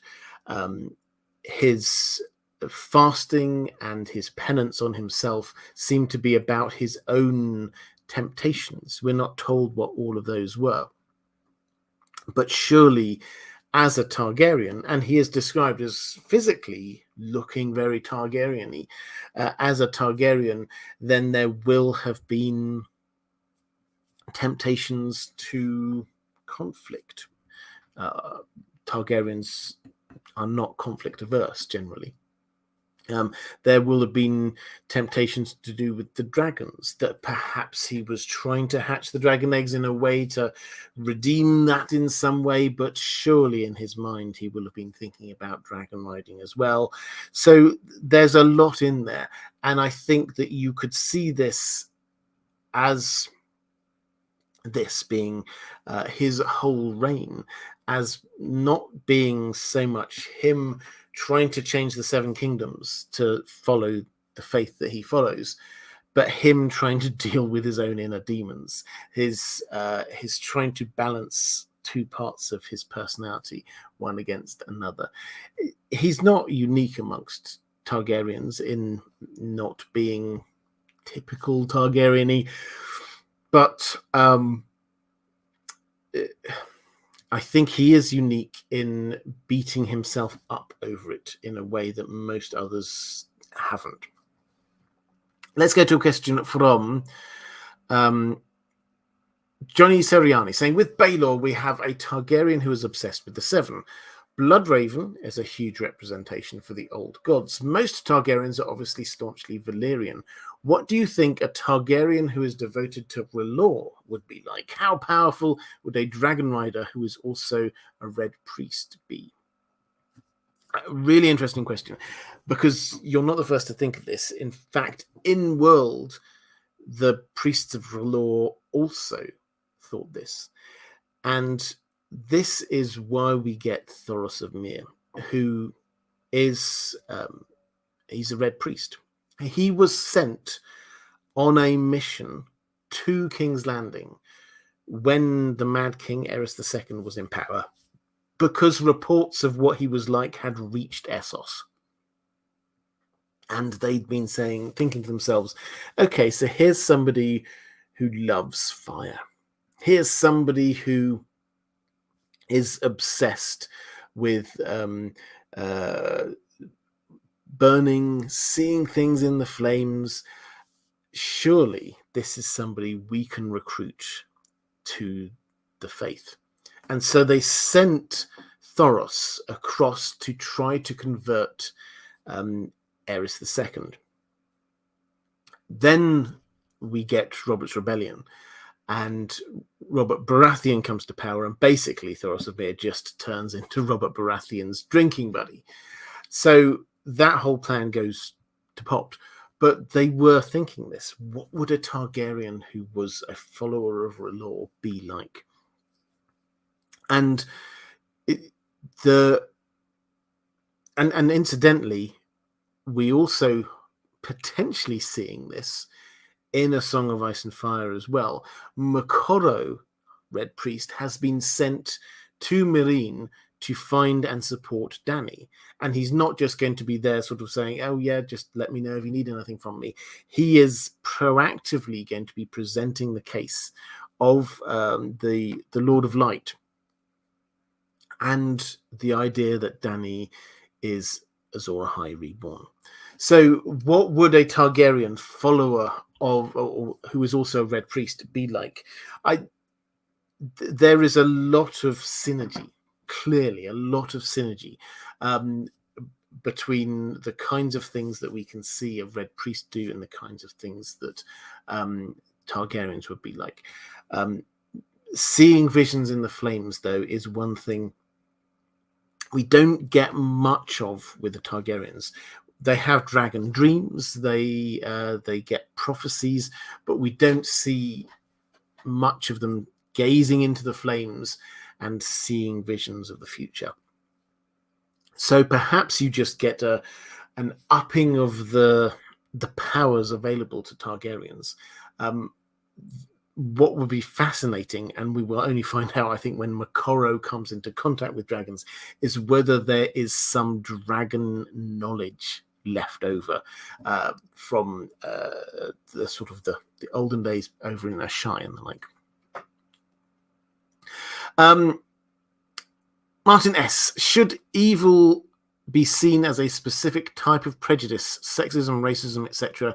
I think a person can be very evil simply by being extremely nasty or depraved without distinction by sex, race, etc. My impression of Ramsay was like that. Yeah, I mean, I think that we're heading to sort of metaphysical understanding of the nature of good and evil here, which I'm not going to head down. But yes, definitely, it's not. Certainly, the way George R.R. Martin writes is he is not wanting to be saying these are the good people, these are the bad people. These people are bad because they do this specific thing and this specific thing.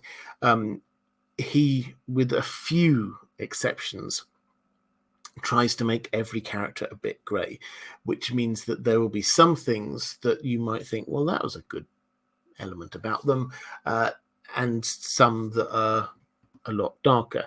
Some characters that we cheer on, if you stop and pause for one moment, you have to go, yeah, but they're not all good. Tyrion is a classic example. Arya as well.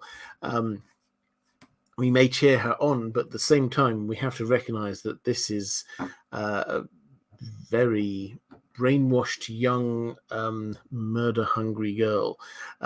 So it's not a good place for her.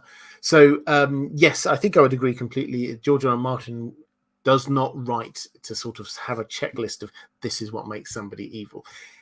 What he does do, though, is he tries to show us what people, particularly through the monikers and things that people are given, what people are remembered for. Which is why it's fascinating why he is Baelor the Blessed, because he could have been remembered in many different ways. Baelor the locking up his sisters, Baelor the banning of prostitution. There are lots of Baelor the Killjoy. I mean, he could have had a lot of these things, but he's Baelor the Blessed. And this ties in with a question from Maura Lee saying Baelor was known as Blessed, Beloved, and the Befuddled. I'm curious why befuddled. That was something Tyrion said when he's I think he's talking to Illyrio actually, and Illyrio sort of like listing off a few Targaryens, and Tyrion just sort of, oh yes, Baelor the Befuddled. Why does he say that? I think because he's read his history books and he realizes that this idea of Baelor just being a great, perfect king who cares about the small folk is not right. There was another side to this, and that is probably caused by, Tyrion says, befuddled as a play against Blessed, but I think the hint there is that Tyrion is trying to suggest that the snake venom theory might be true, that he was affected by the venom and he wasn't the same afterwards. So that's where I think Tyrion's coming from. One more question about Baelor before I go a little bit wider on this. So if you've got any more questions on Baelor, now's the time to drop them into the chat. Maura Lee saying, after Dorne joined the Seven Kingdoms, Daeron II and Madame Martell, Prince of Dorne, laid a golden wreath at King Baelor's statue and said, Baelor, your work is done. Looking back on the king's past deeds, what do you think was his legacy? What will he always be known for doing? So that was, pardon me, that was what happened many years later when Dorne does join the Seven Kingdoms, and the rulers of those two nations, to symbolize this, they lay a wreath at the statue of Baelor and basically say, yeah, okay, what you originally wanted to bring Dorne into the Seven Kingdoms, not by conquering Dorne, but by peace treaty, that has finally happened. And specifically, it happened through Daeron II, who was just a child at the time, but was promised in marriage to a Martell princess. They grew up, and Daeron II was very different to Daeron I, and he was very pro-Dornish, and he brought Dornish people into court. He built a new summer palace close to Dorne, Summerhall, and then it was through this rapprochement that Dorne joined. And it was saying, we did this by peace, not by war. And it's perhaps giving Baelor a bit more credit than he deserves. Was he thinking, hey, give it long enough with this marriage, that guy probably will become king sometime, that will bring Dawn in? Was he thinking that far forward? It seems unlikely. Probably he might have had some inkling of that as being a longer term plan, but that we don't read anywhere that he had this cunning plan that having declared peace, he would then wait until 3-4 kings have gone by, and then we will get Dawn joining. But it was a nice touch. Sebastian Holden saying, "Hi Rob, how about Baelor the jailer?" I'll have to pass on that one and come back to that next time. Martin S saying, which is the oldest cathedral in Westeros? I think it depends on what you count as being a cathedral, but the Starry Sept in Old Town probably is probably is what you would hold up as being the oldest cathedral if you're thinking like Faith of the Seven. There are no big temples of Valor in Westeros. The northern gods, the old gods, they don't have cathedrals, and I suppose you could claim Naga's ribs over in the Iron Islands on Old Wick count as a cathedral of sorts, but in what we would think of as a cathedral, then probably the Starry Sept.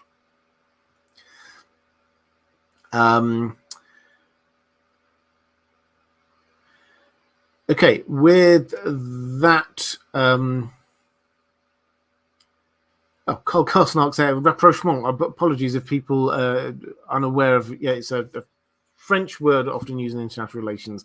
An establishment. I'll use the definition here: an establishment or resumption of harmonious relations, as in there were signs of a growing rapprochement between the two countries.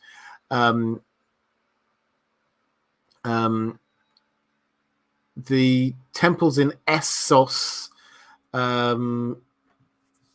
yes, there will be older ones. That there may well, probably you would find that it's ones that we don't actually know over in Yi Ti.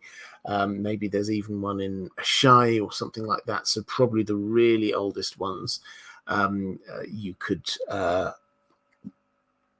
find over there. Yeah, I think that's what probably I would go with those, because a lot of the other places are actually a bit more recent. Andrew Kay saying we'll discuss more in Viserys II's stream, but his contribution to the realm is underrated. He practically ran the realm for 40 to 50 years before becoming king. Yeah, and this is a good way to sort of round off talking about Baelor specifically, which is that he is the third king in a row that was not really paying that much attention to the running of the realm. He was focused in on his own things. Baelor was so focused in on the faith and what was going on, particularly in King's Landing. He was very King's Landing focused. Before him, Deeran I was off invading Dawn. Before him, Aegon III, just very introverted. Through all three of them, Viserys, who became Viserys II, was Hand of the King. And he was, we're told repeatedly, he basically ruled. We haven't been shown it because we've not been given that bit of Fire and Blood yet, Fire and Blood Part 2. But he seems incredibly competent, and he seems to have basically been running the Seven Kingdoms, even though he wasn't himself technically king.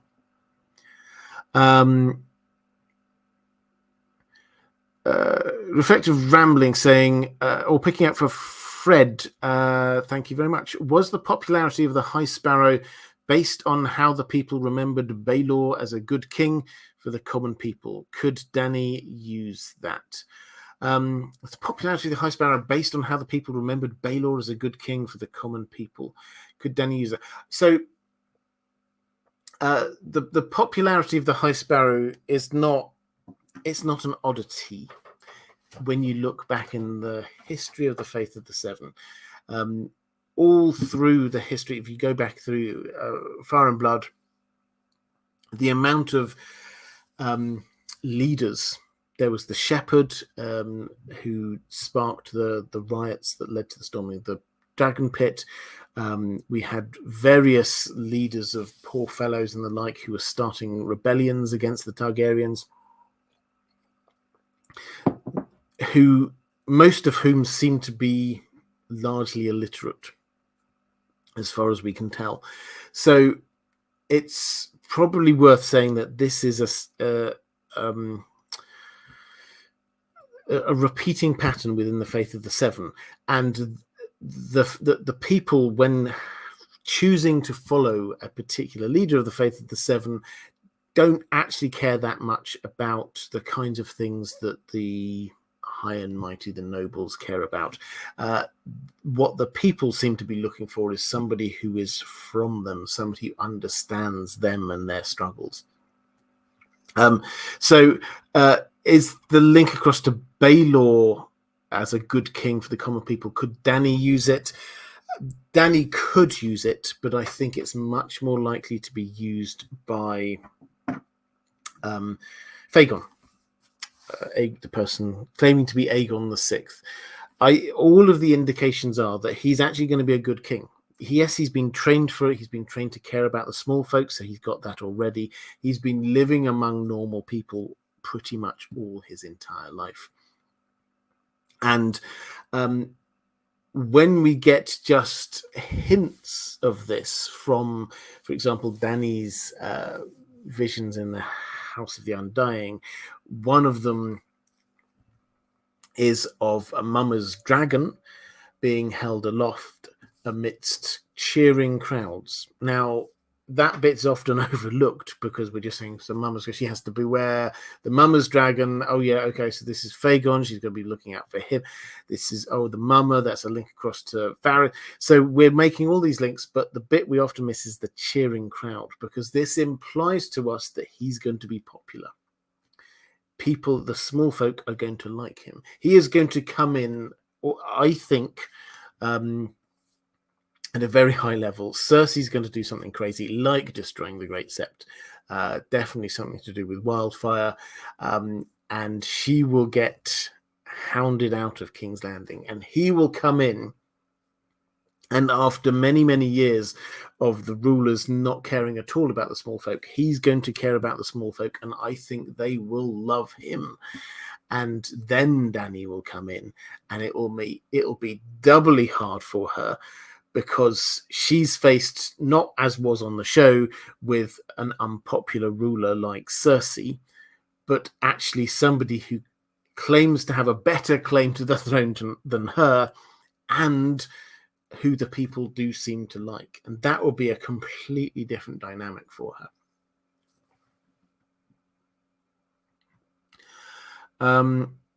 John Cribbin saying, did he get on with his brother Deron? We're not told. The implication is no, but not in terms of they quarreled, but they were just very different people. So the Deron took the throne aged, I think, 16, and or might have even been younger. I've forgotten again now. I was only talking about him last week, but he was young when he took on the throne. And so Baelor was even younger. So they were children at the point at which Deron had the throne, and then spent a lot of his time in Dorne. Now, he was still a teenager when Baelor took the throne, 17. Did they get on? We're not told, but Baelor framed the beginning bit of his reign at undoing what he saw as undoing the mistakes of his brother. So at the very least, he disagreed with him on policy grounds. And when I say policy grounds, on invading another country. So although we're not told that they had big fights about anything, they clearly had very different views on life and on what ruling the Seven Kingdoms was like. Andrew K just picking up on the Fagon point, saying, my concern with Fagon is his life among the small folk is very safe and choreographed compared to Eggs, for example. Not sure he'll be quite as calm and compassionate. He may well not be. I'm not saying that he's necessarily will be that perfect ruler, but I just think that the implications are that he will care about the small folk and they will pick up on that. So I think that's the key thing. And does he need to be calm? He will be surrounded probably by people like Varys, who already knows his way around King's Landing. He's got people who, like John Connington, who could be there mentoring him. So he doesn't have to do it all himself, and he doesn't seem to be wanting to do it all himself. Let's go to a question from Alhad, saying, apologies for asking an off-topic question on dragon lore. In Fire and Blood, there are multiple mentions of clutches of dragon eggs produced by different dragons. Do you have any count on how many of them hatched and how many of them are riderless? I don't remember any riderless young dragons. It's hard to tally it with the fact that all non-wild dragons are dead except Moondancer and Silverwing at the end of the dance. Particularly, is human contact necessary for catching the dragon eggs? Surprisingly, not even a single dragon survives after Moondancer, given the number of times we hear about clutches of dragon eggs. So I think there are two elements here. The dragon eggs and the dragons. The dragon eggs, I've talked about this before, but my take is that the maesters poisoned the dragon eggs. And so you get dragons hatching. We're not told of all of the details, but this goes into Aegon III's reign. You do get dragons still hatching, but they're not proper dragons. They're stunted growth. They don't live for very long. So the dragon eggs got poisoned.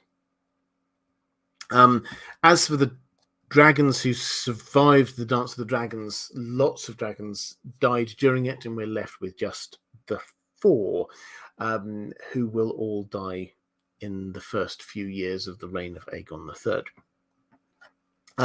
What about these clutches of dragon eggs? Yes, we're told about clutches of dragon eggs quite a lot, regular. It's almost as if they had too many. This is the feeling we have. It's almost as if they had too many of them. Even when we get as far down the line as Aegon V, they still had 7 dragon eggs. They were still using. Those were the 7 dragon eggs that were there when the tragedy of Summerhall happened, and they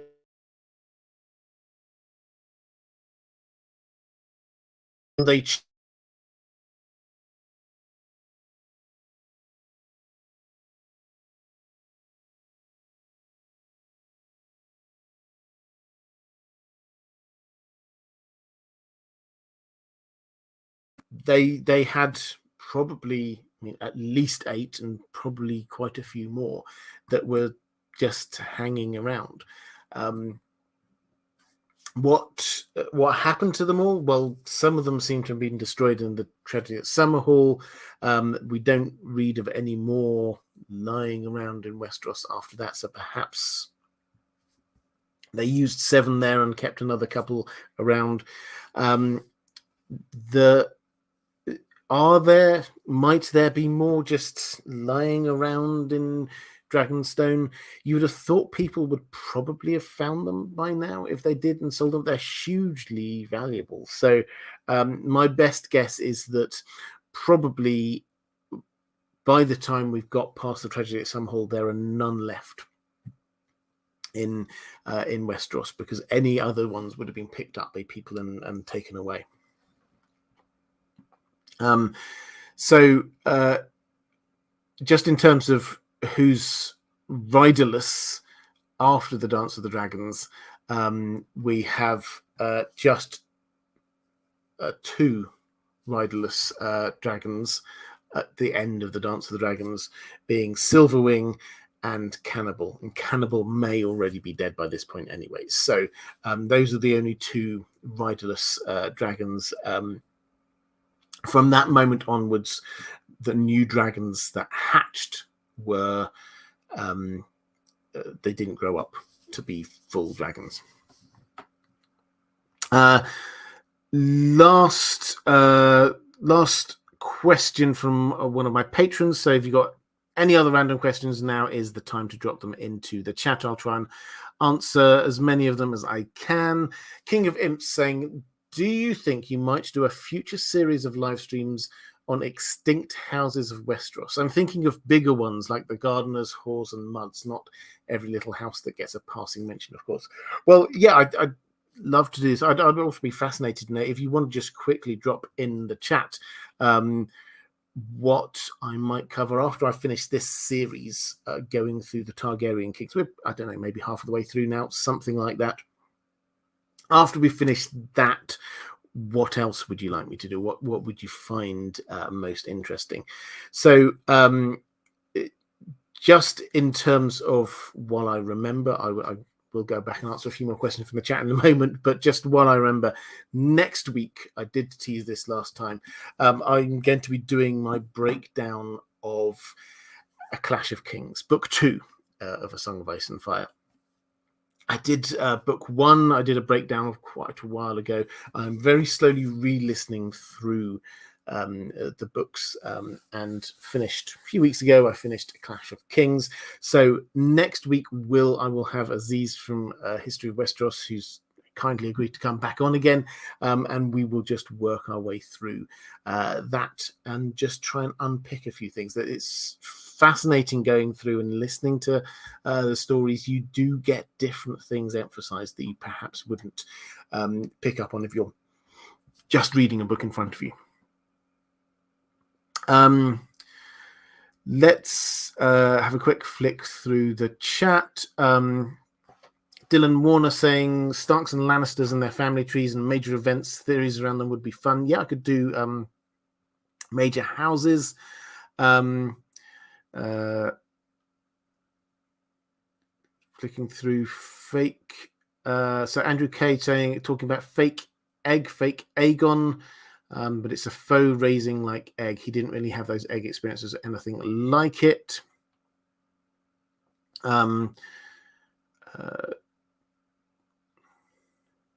Going through, I've had a question from Martin S. Oh, thank you very much, saying could do live streams about Tolkien houses too, Finway, Elros, etc. Yeah, I'm going through the Fellowship at the moment, character studies of the Fellowship. When I finish that, then yes, there's a lot more to go on in Tolkien, and that's a good idea. Archmaesters is an interesting one. Agreed, Weirwood, yes. Andrew K saying, you mentioned earlier the loss of dragons is a huge void for the Targaryens. No coincidence to me, we see even more Targaryen erratic behavior and madness in the post-dragon era. Well, one thing which is very noticeable to me going through this is each Targaryen does, whether they recognize it or not, try and work through this idea of what do we do now we don't have dragons, and a lot of them try to get dragons back. So the first Deeren gave us the first answer last week, no dragons, and people said, how are you going to invade Dorne? You don't have any dragons. And he says, you have a dragon standing before you, look at me. So that's his response, was, okay, we'll just carry on, we'll do the same things but without dragons. We get this fascinating, we talked about it earlier, this fascinating bit here with Baelor. He tries to hatch dragon eggs by praying over them with the Faith of the Seven. We get, that's an echo of Aegon V, who tries to tries to hatch dragon eggs. A hint of the Faith of the Seven in there as well by choosing 7. But also he gets pyromancers over from Shai, I think it is, to help him. Then you get Aerys II, who seems to want to replace Dragonfire with wildfire. All of these different Targaryens seem to have different ideas about how do you cope with the lack of dragons, and a lot of them increasingly want to try and hatch dragons, and it just doesn't work.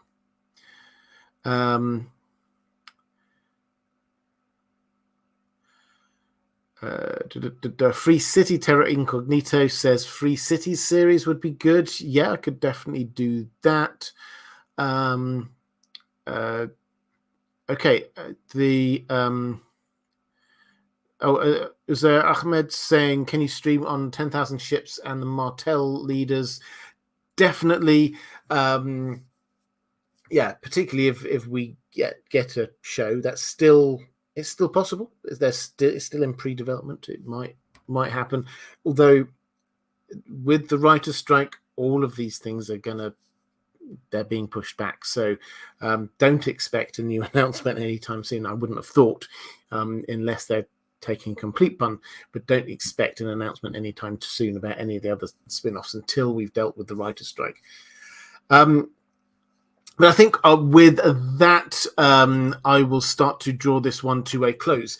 Coming back next week, as I say, we're going to be looking at A Clash of Kings. We'll just break down what happens. There's so much foreshadowing there I've been picking up as I've been going through it. Can't wait to be sharing that with you. Pardon me. If you're watching this back a little bit later and want to watch more live streams going through this series we have, the Targaryen Rulers, there's going to be a link appearing somewhere around here. If you would like to support this channel, the best way to do that is by the link which will be appearing somewhere around here to my Patreon page. Same time next week. Look forward to seeing you again then. Take care. I'll see you soon.